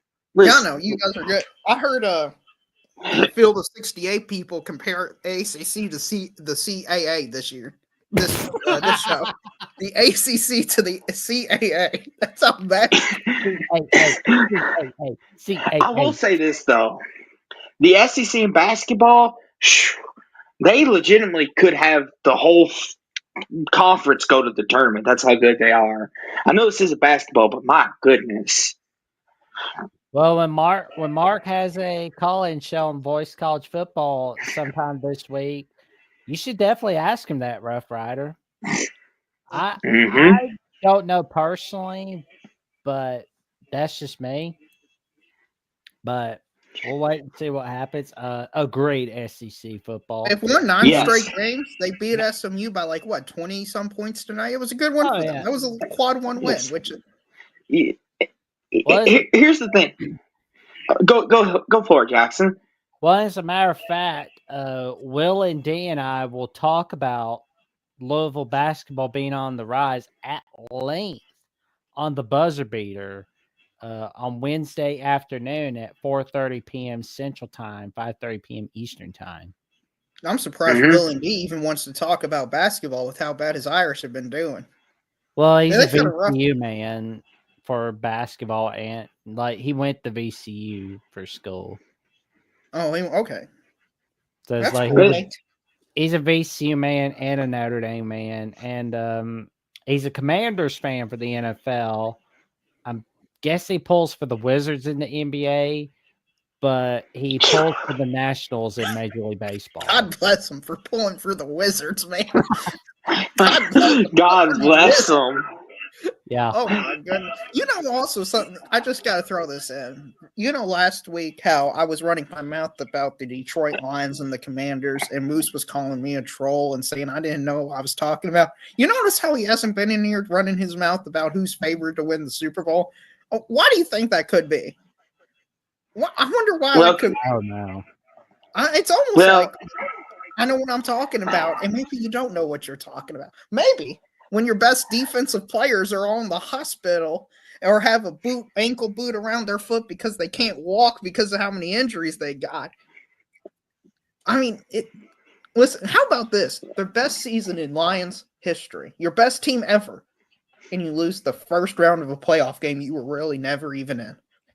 Isn't that such a Detroit Lions thing? Listen, how long was it before the Cubs won the World Series? They had 100 and something? It was 100, prior to 2016, it was 108 years where the Cubs last won the World Series. So we got 56 more years to go before they can win it? At least? I'll be dead by the time the Cubs win their next World Series. I'll be long gone. Let me ask something, Darrell. Since you bring the Lions up, the Bills are coming to town this week. Are you nervous at all? Is this the year Josh gets it done? No, of course not. We have Mahomes. We got Mahomes. We just win games. Why would I be nervous about playing anyone in the NFL? Last year our team was worse than this year, and we beat them. Well, because listen, Darrell, people have compared the Mahomes-Allen rivalry to the Brady-Manning rivalry. And in that rivalry, Brady always won, but Manning did get him once, and then he went on to win the Super Bowl. I got to be honest. He might beat us eventually. I mean, eventually, if you do something enough times, you will win. Like, if you just randomly point in a direction and somebody else randomly point in the direction, eventually you're going to point in the same direction. And that's what's going to happen. I'm trying to figure this out for the 2020s decade. Because the 2000s and the 2010s, we had Brady and Manning going at it, right? And, 1970s, there was Terry Bradshaw and Kenny Stabler and so on and so forth.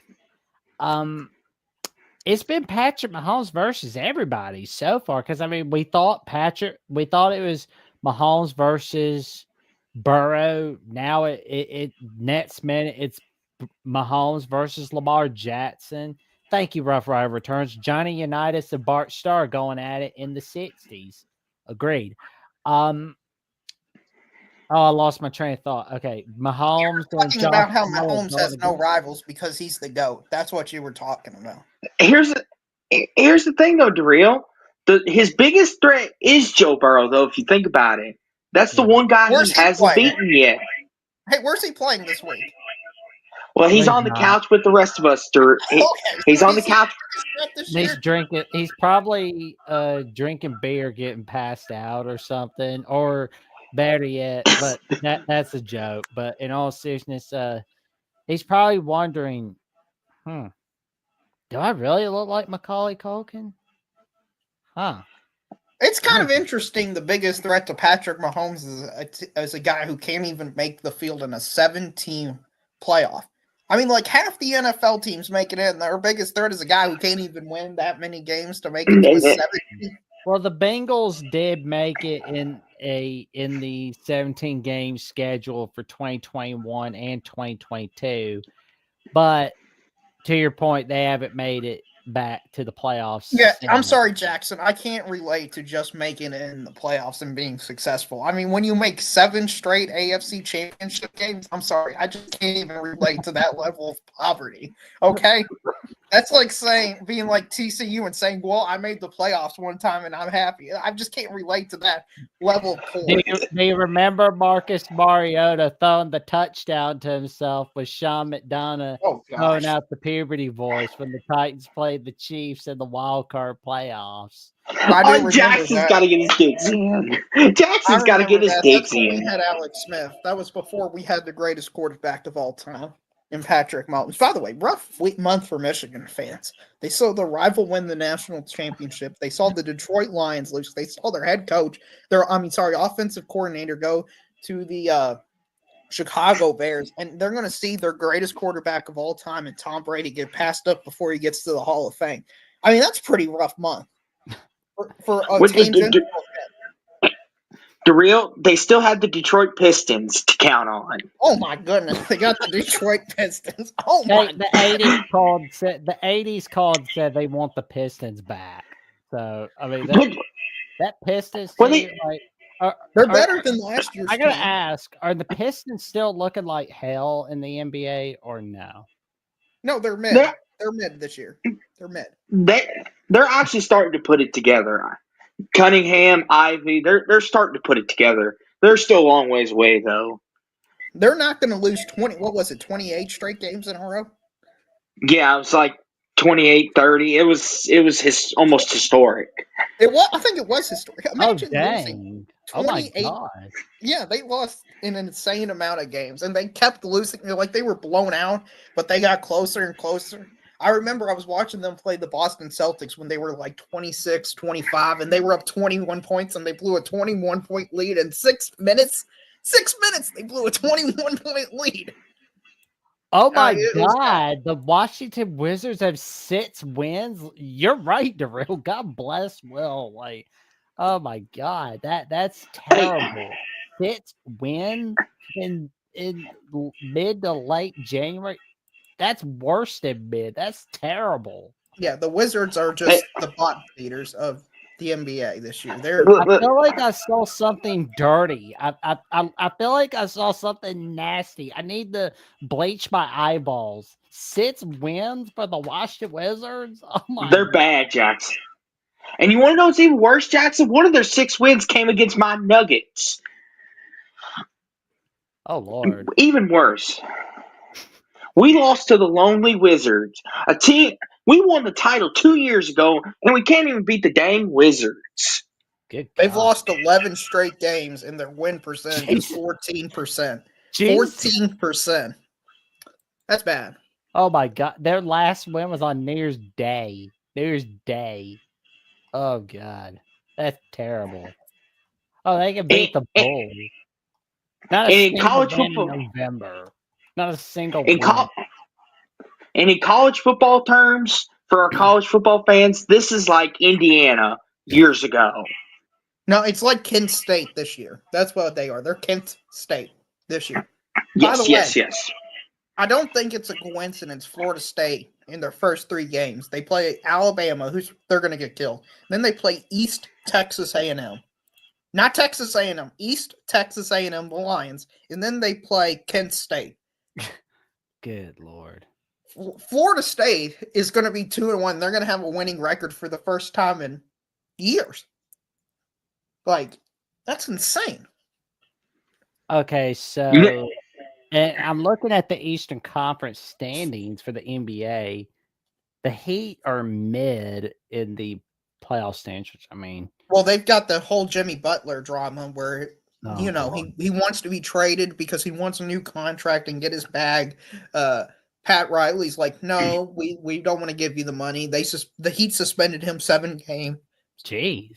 I know. He came out and he's playing like he doesn't want to play for the Heat. He's only averaging like 13 points over the last, some amount of games since he came back. It's a whole mess down there in Miami. Jeez, I mean, Pat Riley's got to get fixed. Same with Eric Spoelstra. Yeah, well, Jimmy told to Pat Riley's face that reportedly that he wants to be traded. And then they had a meeting with the owner, and Jimmy Butler reportedly told the owner to his face he wants to be traded. Yeah, but so what's interesting is tonight the Suns traded their 2031 first-round pick for 3 first-round picks for the Jazz. And they're thinking that's going to be draft capital for the Suns to get Jimmy Butler. So they would have Kevin Durant, Devin Booker, Bradley Beal, and Jimmy Butler all on the same team. Why did you trade all those picks for Kevin Durant? No. Oh, no. I mean, the Suns, if they get Jimmy Butler, they're probably. I mean, he's older. He's 36 years old, so he's still a good defender. He still can turn it up in the playoffs. I mean, they're probably the favorite or one of the favorites to win it all. There's not a clear team this year that's good. I don't believe in the Cavs and Thunder. I think the Thunder are still too young to win it all in the West. Listen, Daryl, you have possibly the GOAT in the NFL. Well, I've got the GOAT in basketball, the greatest foreign player in history. I think you've heard of him, Nikola Jokic, the greatest big man to ever lace a pair of them up. I think by all Tim Duncan counts, was pretty good, but I guess I'll let it slide. Tim Duncan was pretty good, but you get your moment, Daryl. I get mine with mine. Okay, you got Mahomes, I got Jokic. We're mano a mano here. Goat to goat talk. Yeah, I was a bit offended. You said possibly the GOAT, as if it's just not clear and obvious he is the GOAT. That kind of offended. Well, Tom Brady's still around. At least, here's one team that you should be glad that you're not, gentlemen. The Brooklyn Nets. Oh, gosh. Oh, yeah, they had that disaster series where they had Kevin Durant, James Harden, and then they had Ben Simmons. Then what? They traded him, and then they brought him back or something? That was the same crap that they did 2013, where they were trading all their first-round draft picks for a couple of old men, old geezers from the Celtics. It's like you're getting Kevin Garnett and Paul Pierce. Celtics, they're fleecing your butts. They're fleecing your butts. Like, oh, we got one over the Celtics. We're going to get them for the next year. Yeah. You mortgage your entire futures. Your entire future. That is the Brooklyn Nets in a nutshell. They have mortgaged their entire future. They wonder why. Oh, we can't win. Because you freaking mortgage your future every time you see a star player. See, Jackson, I feel like the Nets need to hang the banner. Since the Celtics won last year, they need to hang that banner to the Nets too. Because without the Nets giving up all that draft capital, Tatum and Brown would not have landed in their lap. So the Nets, congratulations. You're part of the Celtics championship. Hang a banner. The Brooklyn Nets are like the equivalent of like that weird 30-year-old simp that's paying $500 for the nearest model he sees on OnlyFans. That's what the Brooklyn Nets are like in a nutshell. That's my comparison for them. I don't know Lord. analogy, but Austin, who do you got in this week's NFL playoff games? Because the NBA, we could talk about them in February, March, April, and May, and June. And so much later to the point where the old narrator quits so that they have to hire a new one. Hey, I get hyped for the Nuggets, even if it's regular season basketball. But to your question, Daryl, I've got the Chiefs and the Commanders in the Super Bowl. So I guess you're just gonna. You've also got. I mean, Patrick Mahomes winning his 4th Super Bowl, him winning the Super Bowl MVP, him passing Brady. Right? We can just because you got the Commanders in there. I just assume. Or are they even going to play the game if that's the? I think because it'd be just easier if they didn't play the game for everybody. It'd save a ton of money. In this economy, it's rough on people, so people don't have $8,000. So I think it'd be easier if the Commanders just forfeit. Listen, Daryl, the Commanders, if they play the Chiefs, we could have an upset brewing. Jay Daniels is that guy. The picks could fly too, man. I gotta say this about the Commanders, though. The Dan Snyder stench has washed off entirely with Josh Harris. That stench has washed off entirely. I completely agree, but it's not. Listen, Austin, the Commanders aren't going to win the Super Bowl this year. I mean, they have a mathematical chance, but they're just not good enough. They're a nice story. They've got a nice quarterback who's hot, but they're going to run into the Eagles, who actually have a defense. Yeah, and they're going to get cooked. Listen. Go for it, Jackson. Go for it. Cowboys and Giants, they're both pretty sad this Sunday, as well as they should be, because it's like, well, crap, both of our top rivals are playing each other for a shot at Super Bowl. Here's the thing, and I want to mention this now. I don't mind the Commanders winning, for the simple fact is will get some joy out of it. Yes. And I love Will to death like a brother, so I will be okay with it. But I despise the Eagles with everything in my heart. Why? I do not want them to. It's Michigan. Fan? Yes. Die hard. Oh, man. You've had a rough year, then. Yes. I'm one of the logical ones, Dario. They have Mike McCarthy as their head coach. Yeah, they got rid of Mike McCarthy. Well, that's good. They still don't have a new head coach. That's kind of weird. Dario, I'm one of those logical Cowboys fans. You'll be surprised by me. I'm not going to say we're going to go to the Super Bowl every year. Now, I've got some family members that are Cowboys fan. They think we're going to win the Super Bowl every year, but then they get disappointed. That died pretty quickly this year. I have no expectations for the Cowboys ever. If we win a playoff game, great. If we don't, oh well. It's the life I live. Let me ask you, though. When you lost to the Packers as the 2-7 matchup, did that hurt a bit? That had to hurt a bit. You had to expect to win that game, right? Oh, he was hyped. He was hyped up. I was telling him, be careful about that, man. Be careful. Just be careful. Daryl, I kid you not. I told Jackson, I was like, this is our best chance to go to the Super Bowl. The path has not been any more set for us. Because we could beat Detroit. We could beat all these teams that were in the bracket. And we lost to the fracking Packers? Really? It wasn't even like you got beat by them. You just got completely dominated in every facet of the game for every quarter. I mean, it was bad. Listen, Daryl, you want to know how bad it is? Jackson has seen his team playing a conference title game before we have. And we're one of the most storied franchises in history. But since our dumb owner won't get out of his way, that probably won't happen in my lifetime. No, if I can throw a little bit more salt on this wound, with the Commanders making it to the NFC Championship game, every single team in the NFC has made it before the Cowboys have made it. Literally every single one now. I know, Daryl. I know.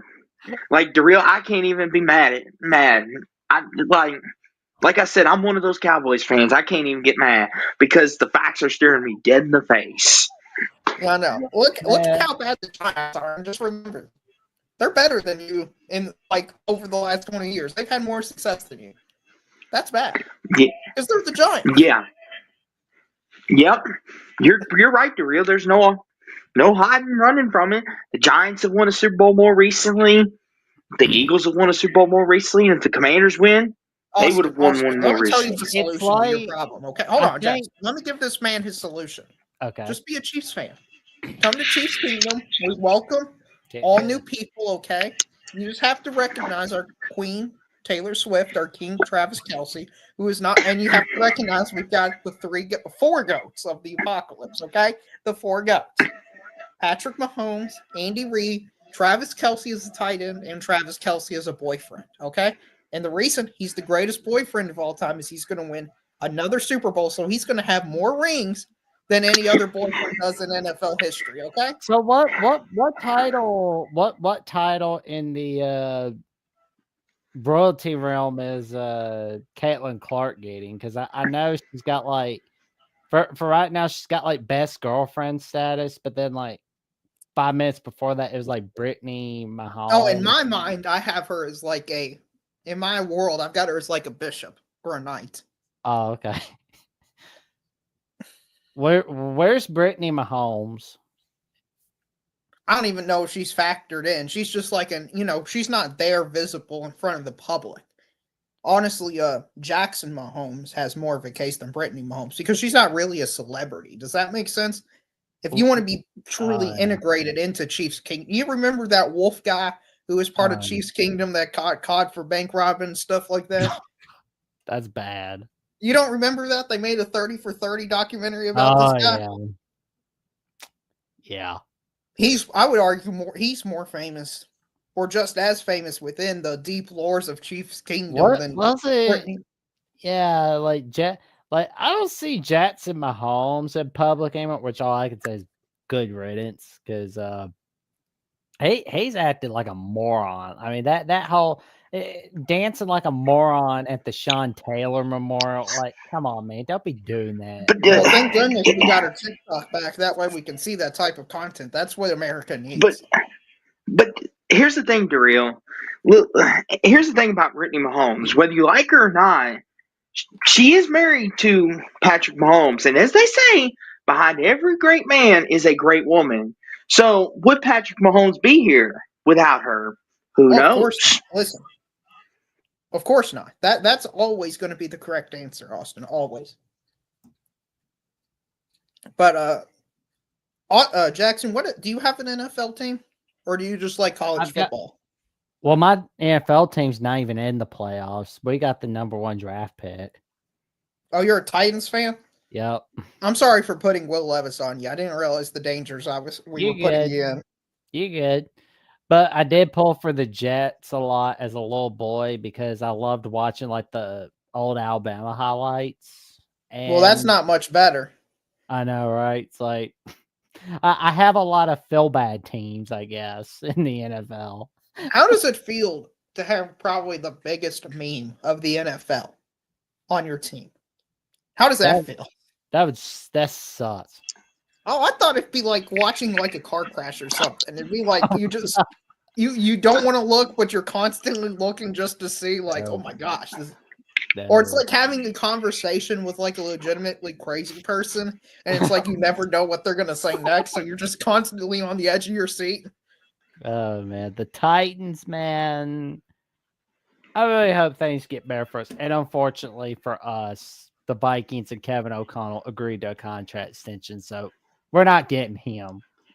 Well, if you get rid of Sam Darnold and get an actual good quarterback next year, then you got a chance. Just don't get. Well, and also, I think they got JJ McCarthy still on their roster, so it's like I feel like people have forgotten about him because of him being hurt the entire season. So there's that. Yeah, my favorite comment I've seen from Mark's channel was an Ohio State fan that was trolling, that was asking what's gonna happen more often. Seasons starting from JJ McCarthy or Super Bowl wins by Patrick Mahomes. I just like that comment because it sounds like a troll, but it legitimately could be Patrick Mahomes Super Bowl wins. Because is JJ McCarthy going to start 12 seasons in the NFL or 14 seasons in the NFL? I mean, I doubt it. Let's wait and see on McCarthy. That's all he could be that guy, but I mean, I doubt it. He's got that Brock Purdy type vibe to me, where he's just going to be solid, but he's not going to be able to lead above and beyond. I just wonder where Aaron Rodgers will go for 2025. Honestly, I mean, I'm the sure retirement home. I feel like when he does that, he's gonna make an announcement on the Pat McAfee show when he does. Can you pull up Ralph's comment? He's insulting the goat, my goat, the goat. Oh boy, go for it, Darrell. Take off on him. You notice how all this stuff has to do with like longevity and like no matter what Patrick Mahomes could have done, he couldn't break any of those records. Listen, Tom Brady from Super Bowl ring 3 to Super Bowl ring 4 had like a 13-year gap, okay? So we've actually got a 12-year gap to do nothing except win 10 games, and we'll be fine. 184 wins sound like a lot. But if you win 13 games a season, which is not completely outside of the realm with Patrick Mahomes, and also if they expand it to 18 games here shortly, which seems like it's going to happen, you're going to get there over, 15, 13 years, something like that? So it's not as crazy as people make it out to be. Also, if Patrick Mahomes has 9 Super Bowl rings, and let's say he wins this season. Okay, let's just do this season because I don't want to get into the non-Super Bowl rings because some people, for some reason, have objections to that, even though their teams can't beat us. Patrick Mahomes, this team could be argued as one of the greatest, if not the greatest team in the history of the NFL. Just this team, okay? They went 15-1 with their starters. How many teams go 15-1 with their starters? Not very many. Only like the 87 49ers, I believe, and the 07 Patriots equaled or did better. The 07 Patriots lost the Super Bowl, where the 87, I believe it was the 87 Niners. It was one of those mid-80 Niners team that went 15-1 that won the Super Bowl. But then Kansas City, you also have to put in the context, they won it with their 3rd straight Super Bowl. Darrell, don't forget the Cam Newton Panthers team. They went 15-1. Oh, yeah, but they didn't win the Super Bowl either. No. They're one of the teams that if you make a list of great teams that didn't win a Super Bowl, they would be on. The unbeaten Patriots of 2007 lost in the one game that counted against the New York Giants. Right, but so if he wins the Super Bowl this year, he would be the starters, because I don't count that Denver game, and that game was a throwaway game. The Kansas City Chiefs were so good they didn't even need to play in that game. That's how good they were. If Kansas City wins the Super Bowl, they'd be 18-1 with their starters off back-to-back Super Bowl wins. That may be the greatest team in the history of the NFL. I mean, it's hard to argue. I mean, Darrell is speaking facts. Mm-hmm. He is. Also, something Brady didn't do, something Patrick Mahomes is currently doing. Kansas City has won their last 8 straight playoff games. The most the Patriots ever won with Brady in a row was 7, which was between 2003 and 2005. So any record that Patrick Mahomes can get to already, he's beating Brady. Like if you look at like the percentage stats, it's all Mahomes.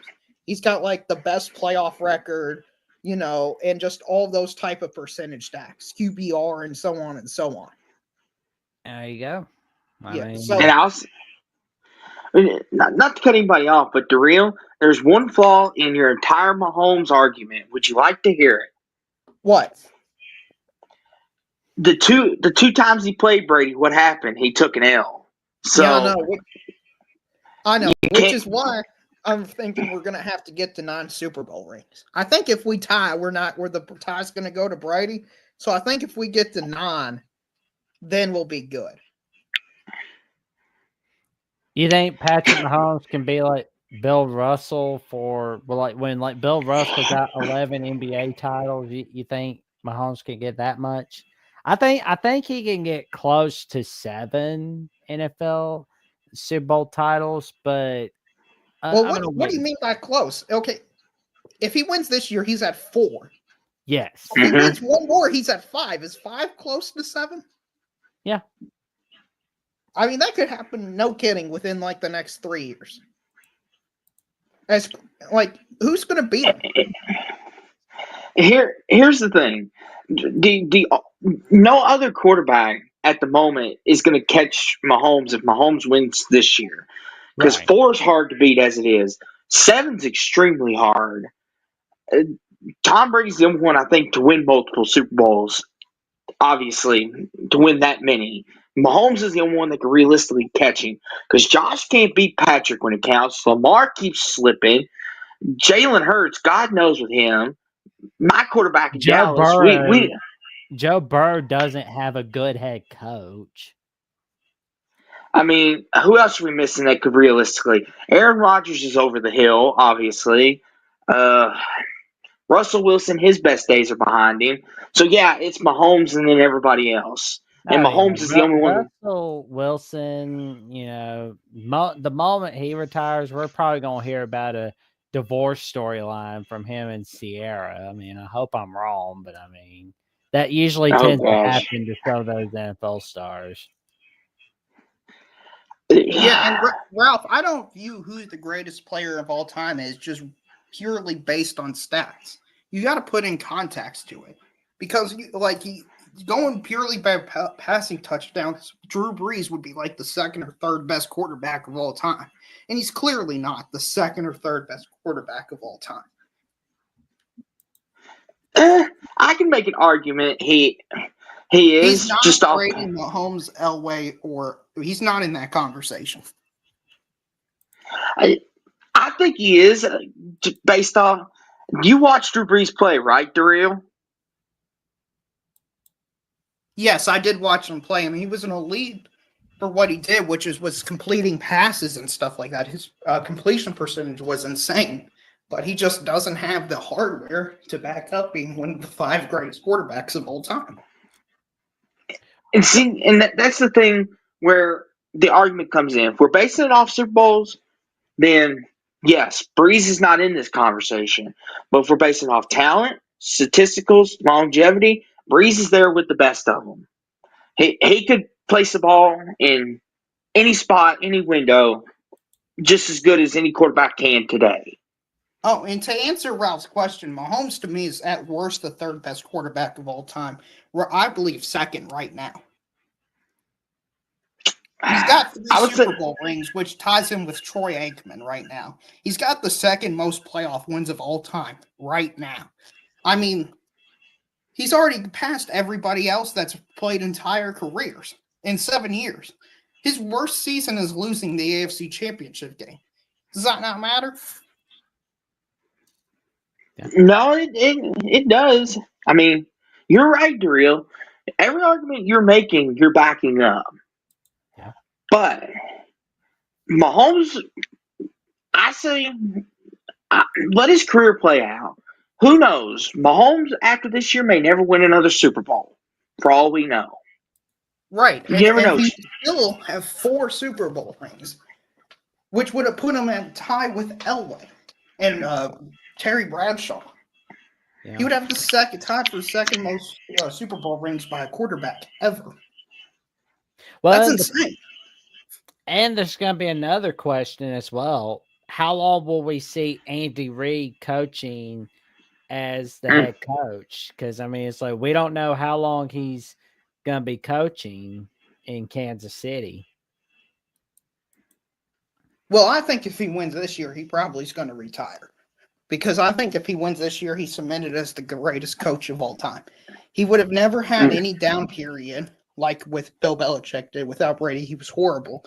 He has 300 wins. He just hit that milestone by beating the Texans, one of only 4 coaches to do that.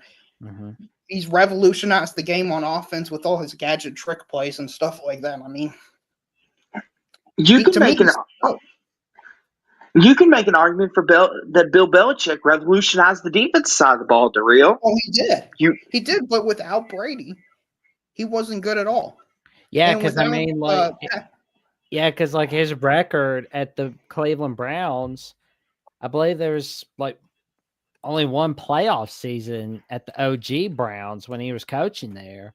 And when it was like when he was without Tom Brady at the New England Patriots, 0 playoff wins with Bill See, Belichick. this is where I'm going to have to step in. Okay. We can make this exact same argument for Andy Reid as we sit here tonight. Does Andy Reid win a Super Bowl without Patrick Mahomes? He came close to it with Donovan McNabb. Yeah, he can't. And if Michael Vick hadn't gone to jail for dogfighting charges, You think they would have had a great? honestly, he could have gotten a Super Bowl with Michael Vick. And like I'm old enough to remember when like Andy Reid was remembered as the guy that could never get the big wins in the playoffs. Well, let me ask you this, Austin. Who's accomplished more without their best quarterback, Andy Reid or Bill Belichick? By far, it's Coach Reid, far and away. Right. So if he has 4 Super Bowl rings, and he's just win significant less amount of seasons, he's basically statistically tied with Bill Belichick in all the key stats. Shouldn't that he at least be in the conversation for greatest coach of all time? Like everybody views it as this massive chasm between the two. Like if Andy Reid plays 2 more seasons, he probably catches up to Bill Belichick in total win. Here's the thing, Drew. I've got no problem with Andy Reid being in that conversation. He absolutely belongs there. Like you said, what he revolutionized with the offense.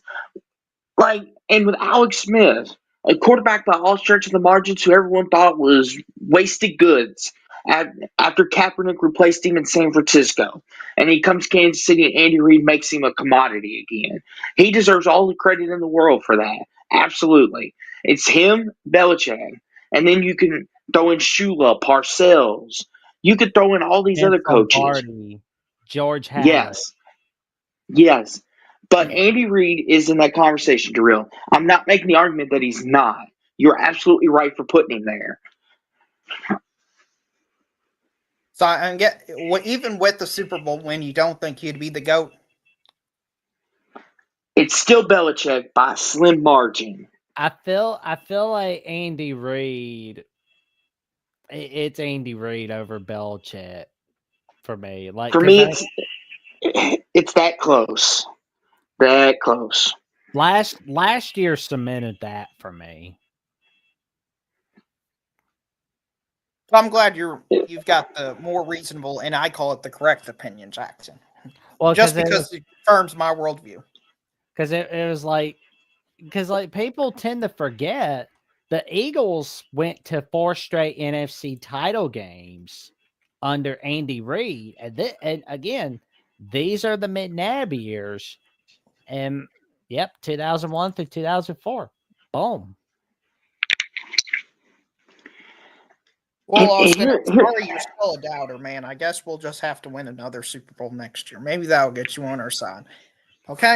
Because apparently going back to back to back isn't good enough for you. Gentlemen, if the Chiefs three-peat as Super Bowl champions, it'll be the first time in the Super Bowl era that we have a team three-peating as Super Bowl champions in the history of the NFL. But it will be the first time that we see a team three-peat as champions of any kind since 1965 through 1967, where the Packers won 3 straight NFL title games. Packers beat the Browns in 1965. They beat the Cowboys in the 1966 NFL title game and in the 1967 NFL title game, aka the Ice Bowl. You know what, Darrell? I've got a proposition for you, and this won't cost you nothing. If Mahomes wins this Super Bowl, I will wear a Patrick Mahomes jersey on air, and I will claim he's the greatest quarterback of all time. What do you think about that? I think you might need to go on eBay and start looking at Patrick Mahomes jerseys. I will stick to that because if that happens, I will wear it for Darrell. And I will say Mahomes is. I'll call in and say I was wrong about Patrick Mahomes being the GOAT for this season if Josh Allen and the Bills somehow wins. Because I like the Super Bowl. I'm not afraid of any of the teams out of the NFC this year. Like none of those teams I thought were even a challenge to the Chiefs. I thought whoever won the Ravens-Bills game was going to be our best opponent we played.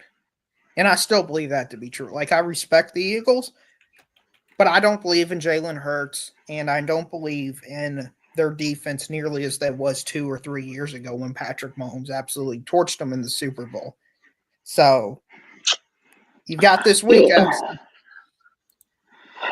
Here's the thing, Daryl. It's going to be a fun game. I think it'll probably be one of those games. Whoever has the ball last is going to win. I think we all can admit that. Oh yeah, that's probably true. But just over the last 5 years, I've seen the same movie over and over again. The Bills beat the Chiefs in the regular season, and then what happens? In the playoffs, they meet up, and the Chiefs win. They just find a way to win because the Bills, for whatever reason, I don't know if it's a mental blockage or if it's, I think it's Mahomes trying to play tight and he's trying to do way too much, causes turnover, causes mistakes. I mean, not to be mean to Allen's, but it doesn't feel like they've really even been in the games nearly as much as the scores would indicate. I know they had that coin toss game that was an absolute fantastic game, like 5 years ago, something like that at this point. But last year's game, when it was at Buffalo, it wasn't even really that close. I mean, I had no worries about that game. The 13-second game, I was a bit worried. I guess I forgot about the 13-second game. But that was their chance to beat us, was that game. Well, it's official right here in the comments. I put it out for the world to see. And Daryl, you're more than welcome to call in. You know what, Daryl? Me and Daryl. I mean, why did I say me and Daryl? Me and Daryl would make a great show, but me and Jackson, we may even go live after the Super Bowl just for you, Daryl. Well, thank you. And I will make sure. Go for it. I was just gonna. No, you're good. I always go on Mark's show every single year and just brag about how great the Chiefs are because it's like an annual tradition at this point. I just have it bookmarked in my calendar on my phone. Call Mark after Super Bowl victory. It's just something used to. And the best part about calling into the shows is I get to brag to trolls like Moose and all the other people who believe Kansas City has no shot. When I know, or I believe every single year they're going to win the Super Bowl in the last 2 years or 3 years I've been on YouTube and the call-in shows, I've been right. And he's been wrong. That's what's been especially great. Not only am I right, but they're wrong. I heard that you called in on the Voice College Football as early when it was the phone call days. Like I need to look back at some of those shows. Like I bet those are pretty cool. Yeah, the phone lines are I like StreamYard better than the phone lines to call in. I think it's clearer and more easy to use. The phone lines, I don't know, just having the phone right up next to your ear for like an hour like this, it would be pretty difficult to do, in my opinion. But to answer Ralph's question, Ralph, let me put it to you and put it simply. Jared Goff is not better than Patrick Mahomes. Jared Goff hasn't. Kansas City's defense is so underrated. Like you just don't have that experience to win the Super Bowl yet, man. And I know you think you're 15-2 and you're all that and that you're a great team. You know what they are? They're a great regular season team that even if they were fully healthy, in my opinion, was going to lose in the playoffs. Because they just don't have that playoff DNA. It's just different. Like Jackson, you're an Alabama fan. Mm-hmm. You probably know what I'm talking about. Yep. There's just that something extra factor in the playoff that just makes a team go to a different gear. And I don't think the Lions had that. Honestly, when Ben Johnson was doing all these weird fancy trick plays in the regular season, to me, that's a sign of weakness. Mm-hmm. Andy Reid rarely uses his trick plays in the regular season. Maybe if it's a Christmas game, he'll do it for the fans or something like that. But if you're in this thing for a while and you get this as an Alabama, you save all those trick plays for the playoffs. Yes. Yes, And, you do. Like, for example, the onside kick in the 2016 national title against Clemson. Right. And SEC football, I don't know what you mean by the 49ers choked the Super Bowl last year. I mean, in overtime, Kansas City stopped. Oh, they choke all the time in the postseason. That's the thing with them. They always fall short in the Super Bowl. Like, they've done it twice against the Chiefs. That was not good. Something I'm honestly wondering if they're going to try to shoot for Aaron Rodgers, and or if Aaron Rodgers sitting there going, I can't beat him, so I'm going to join him. That would be a funny story right there. Well, they weren't able to make a stop against the Chiefs when we played it with Brock Purdy. I mean, if they would have been able to score a touchdown, the game would have been over. Here's the thing I will say. Daryl, as much as you want to give Mahomes credit, you know better than anybody. Last year, the Chiefs' defense of Steve Spagnuolo won that Super Bowl. Oh, absolutely. Therefore, okay. Absolutely. We had the best defense in all of football last year, and without that elite defense, we weren't going to win it. We had to play and we're doing it a bit this year as well. We had to last year to play an odd style of football where we would win like 14-10 and scores like that. And it was just awful and ugly. 21. Imagine just scoring 21 points in an NFL game. I that's just like I'm like scoring 38-35, 42-41, those type of games. But you're absolutely right. Because Chris Jones, if he doesn't hit pretty, Ayuk's wide open. He's running to the end zone. The fact that he hit him just enough, Ayuk had to come back to the ball, and therefore y'all were able to get him short of the first down line. Thus, they kicked the field goal. The rest is history. Mahomes does his thing. Bada bing, bada boom, confetti. And Chiefs are on the doorstep again. Right. Well, Chris Jones is, well, at that point, Aaron Donald was in the NFL, but he was the second best defensive player in all of football, in my opinion. I mean, it's not like it's some scrub doing it. The fact it was Chris Jones doing it, to me, gives more validity of the outcome of the results. If it was just if it was a backup or something like that made an interception or a funky play, I would believe in those type of arguments more. It's like, remember when Aaron Donald stripped or sacked Joe Burrow to win the Super Bowl? Mm-hmm. The fact it was Aaron Donald who did it, kind of validated to me, oh my gosh, he's such a great player. He was able to make impact the Super Bowl this much. It wasn't a fluke to me. Whereas if some other defensive lineman, I could have seen it as more fluky. Well, and Daryl, and you know this better than anybody. If you go back and watch that, Jamar Chase was wide open too. If Burrow had another second, that could have easily been the Bengals kicking the field goal and winning it. Yeah. Yeah. Well, I'm glad the Rams won it, though. They changed the way the sport worked, in my opinion, because they added Odell Beckham Jr. in the midseason, and they added somebody else in that point, and it kind of changed it to where you had this dead period of football, but now teams are adding in players at the deadline, in order the free agency deadline, I believe is what it's called, and stacking their team up. So I think it made the sport better that the Rams won that Super Bowl. But you know what? Yeah. It's our turn. It's, you know what? I'm just so happy an underdog team like Kansas City is able to have a chance to win a Super Bowl. Yeah. Nobody believes in us going to win. I mean, we're just down and out. Everybody's counting on us, stamping on our grave, and we're still here.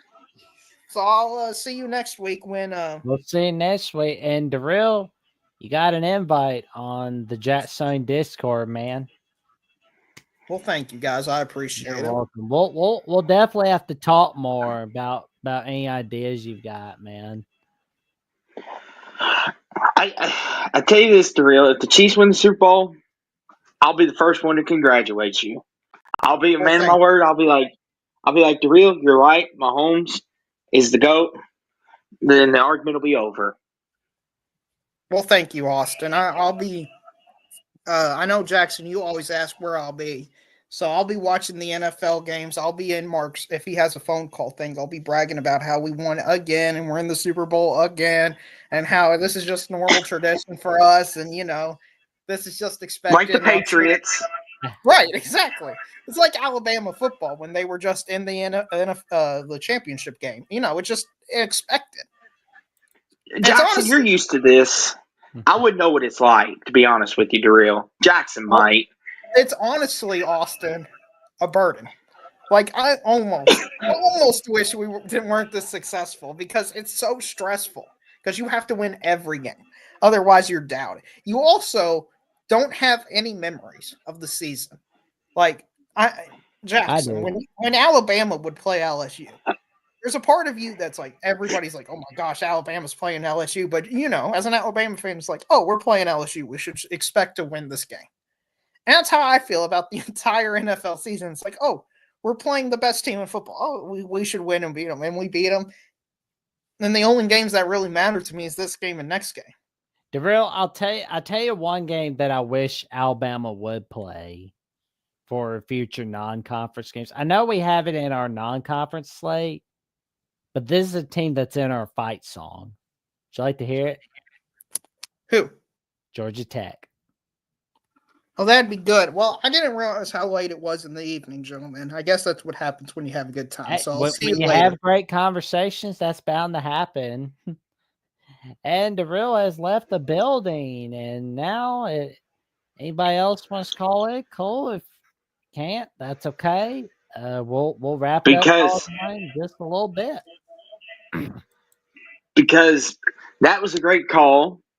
We always love Darrell. He's always welcome back. And you know what, Jackson? I've made an executive decision on the fly.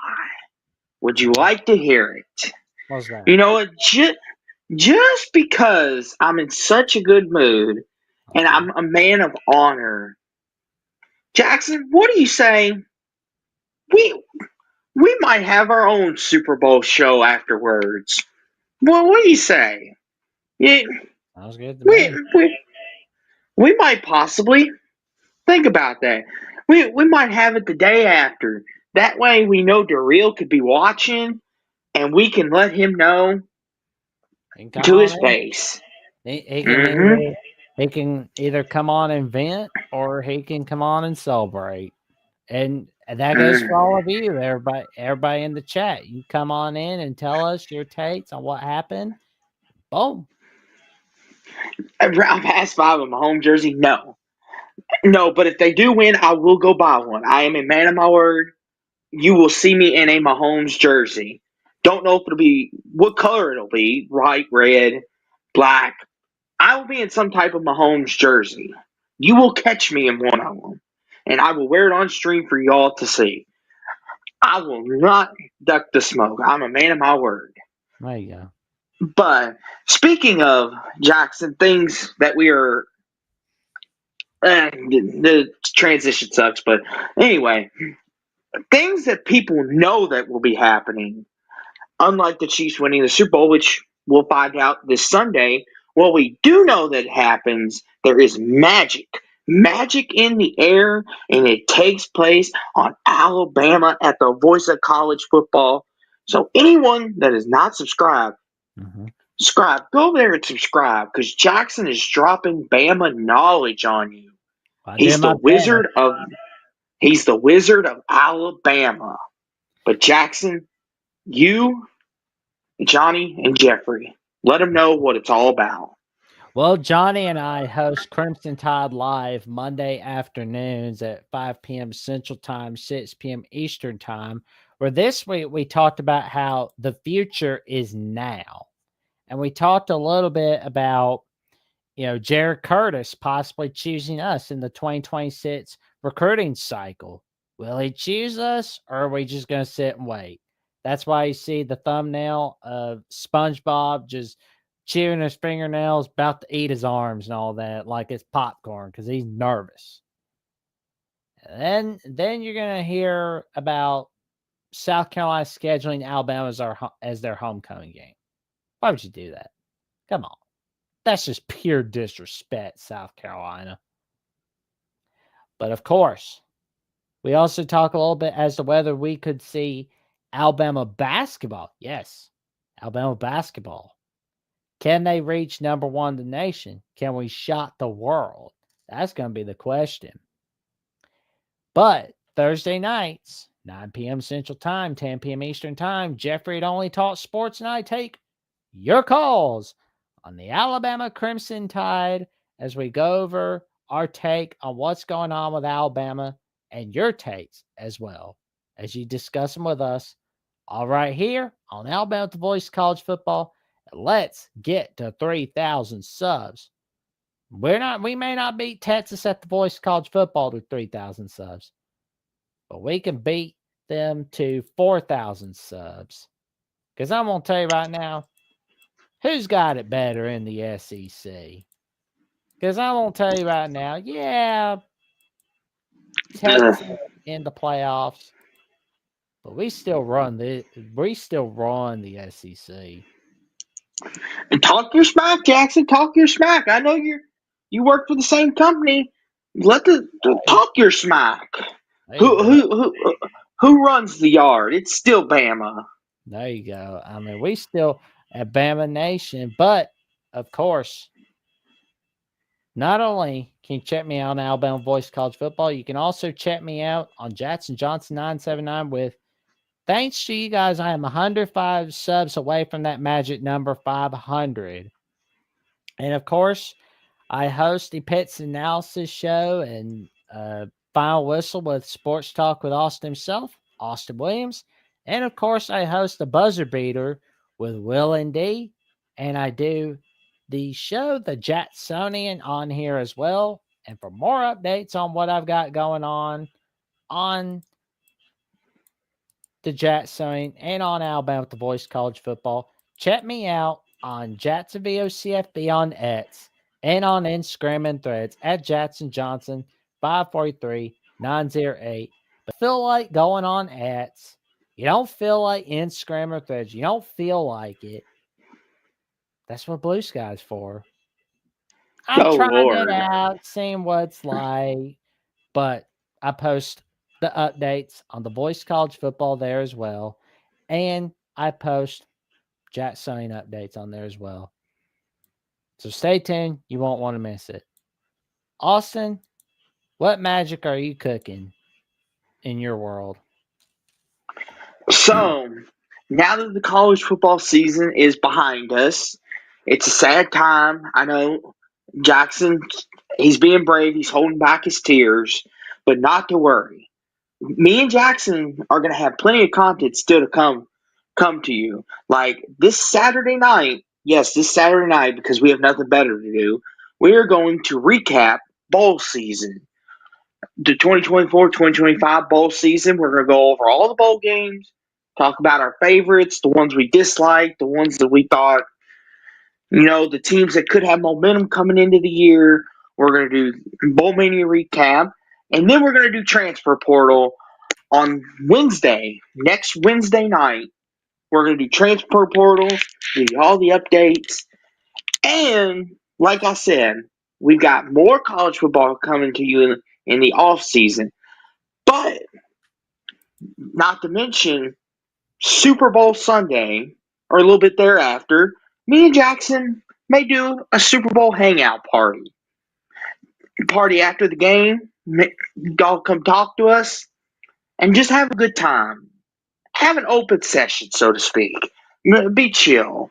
Especially now that me and Darrell have a friendly wager going on.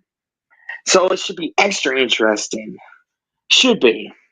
I That's like Ralph something. Walt's idea. Get a Texas Tech Mahomes jersey. Because, I mean,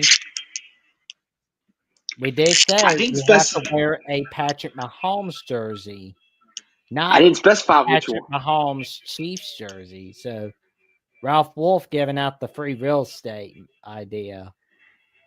This is true, Jackson. Come to think about it, I didn't mention which one, and Darrell didn't specify. He didn't say, make sure it's a Chiefs jersey. He didn't say, don't do Texas Tech.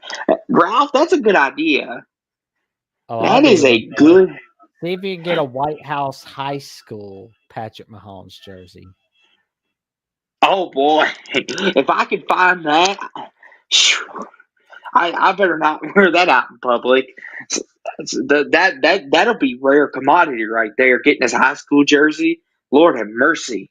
I'll have collectors on my doorstep trying to get it off of me. They'll be like, Hey, we'll offer you $3 million. Be like, no, well, I go mean, away. you could like get because I'm seeing it and it's like sold for $39.99 on eBay plus tats. So it's like we'll have to see if there's one your size. But I mean that's all we have to either on eBay. Okay, there's one on the Jersey Nation. So it's like if Mahomes, like what I would do is like wear it once, then hold on to it, and then you can sell it to somebody that will be the highest bidder. Oh, there we go. Jackson giving out free advice. But though, in all seriousness though, that's what we've got going on this week. Potential Super Bowl hangout. We've got more Staying out of college cold football. weather. It's staying out of cold weather. More college football content for sure. That's a definite gonna happen. We're always gonna cover college football. That's a definite. Super Bowl hangout. That we'll fly by the wind when we do that one. But yes, that's what we've got planned. And Jackson, once again, congratulations to the Ohio State Buckeyes. There we You're the go. champs. Enjoy it. And we'll see y'all for 24-25. Well, we'll see you again before then, but next football season when we have games to talk about. There we go. Roll Tide and go Cards. Like, Go comment, subscribe, click Cards! on the notification bell so you never miss no video whatsoever. We'll see you soon. Good night. Sleep well. Stay safe. Stay warm. It's cold out.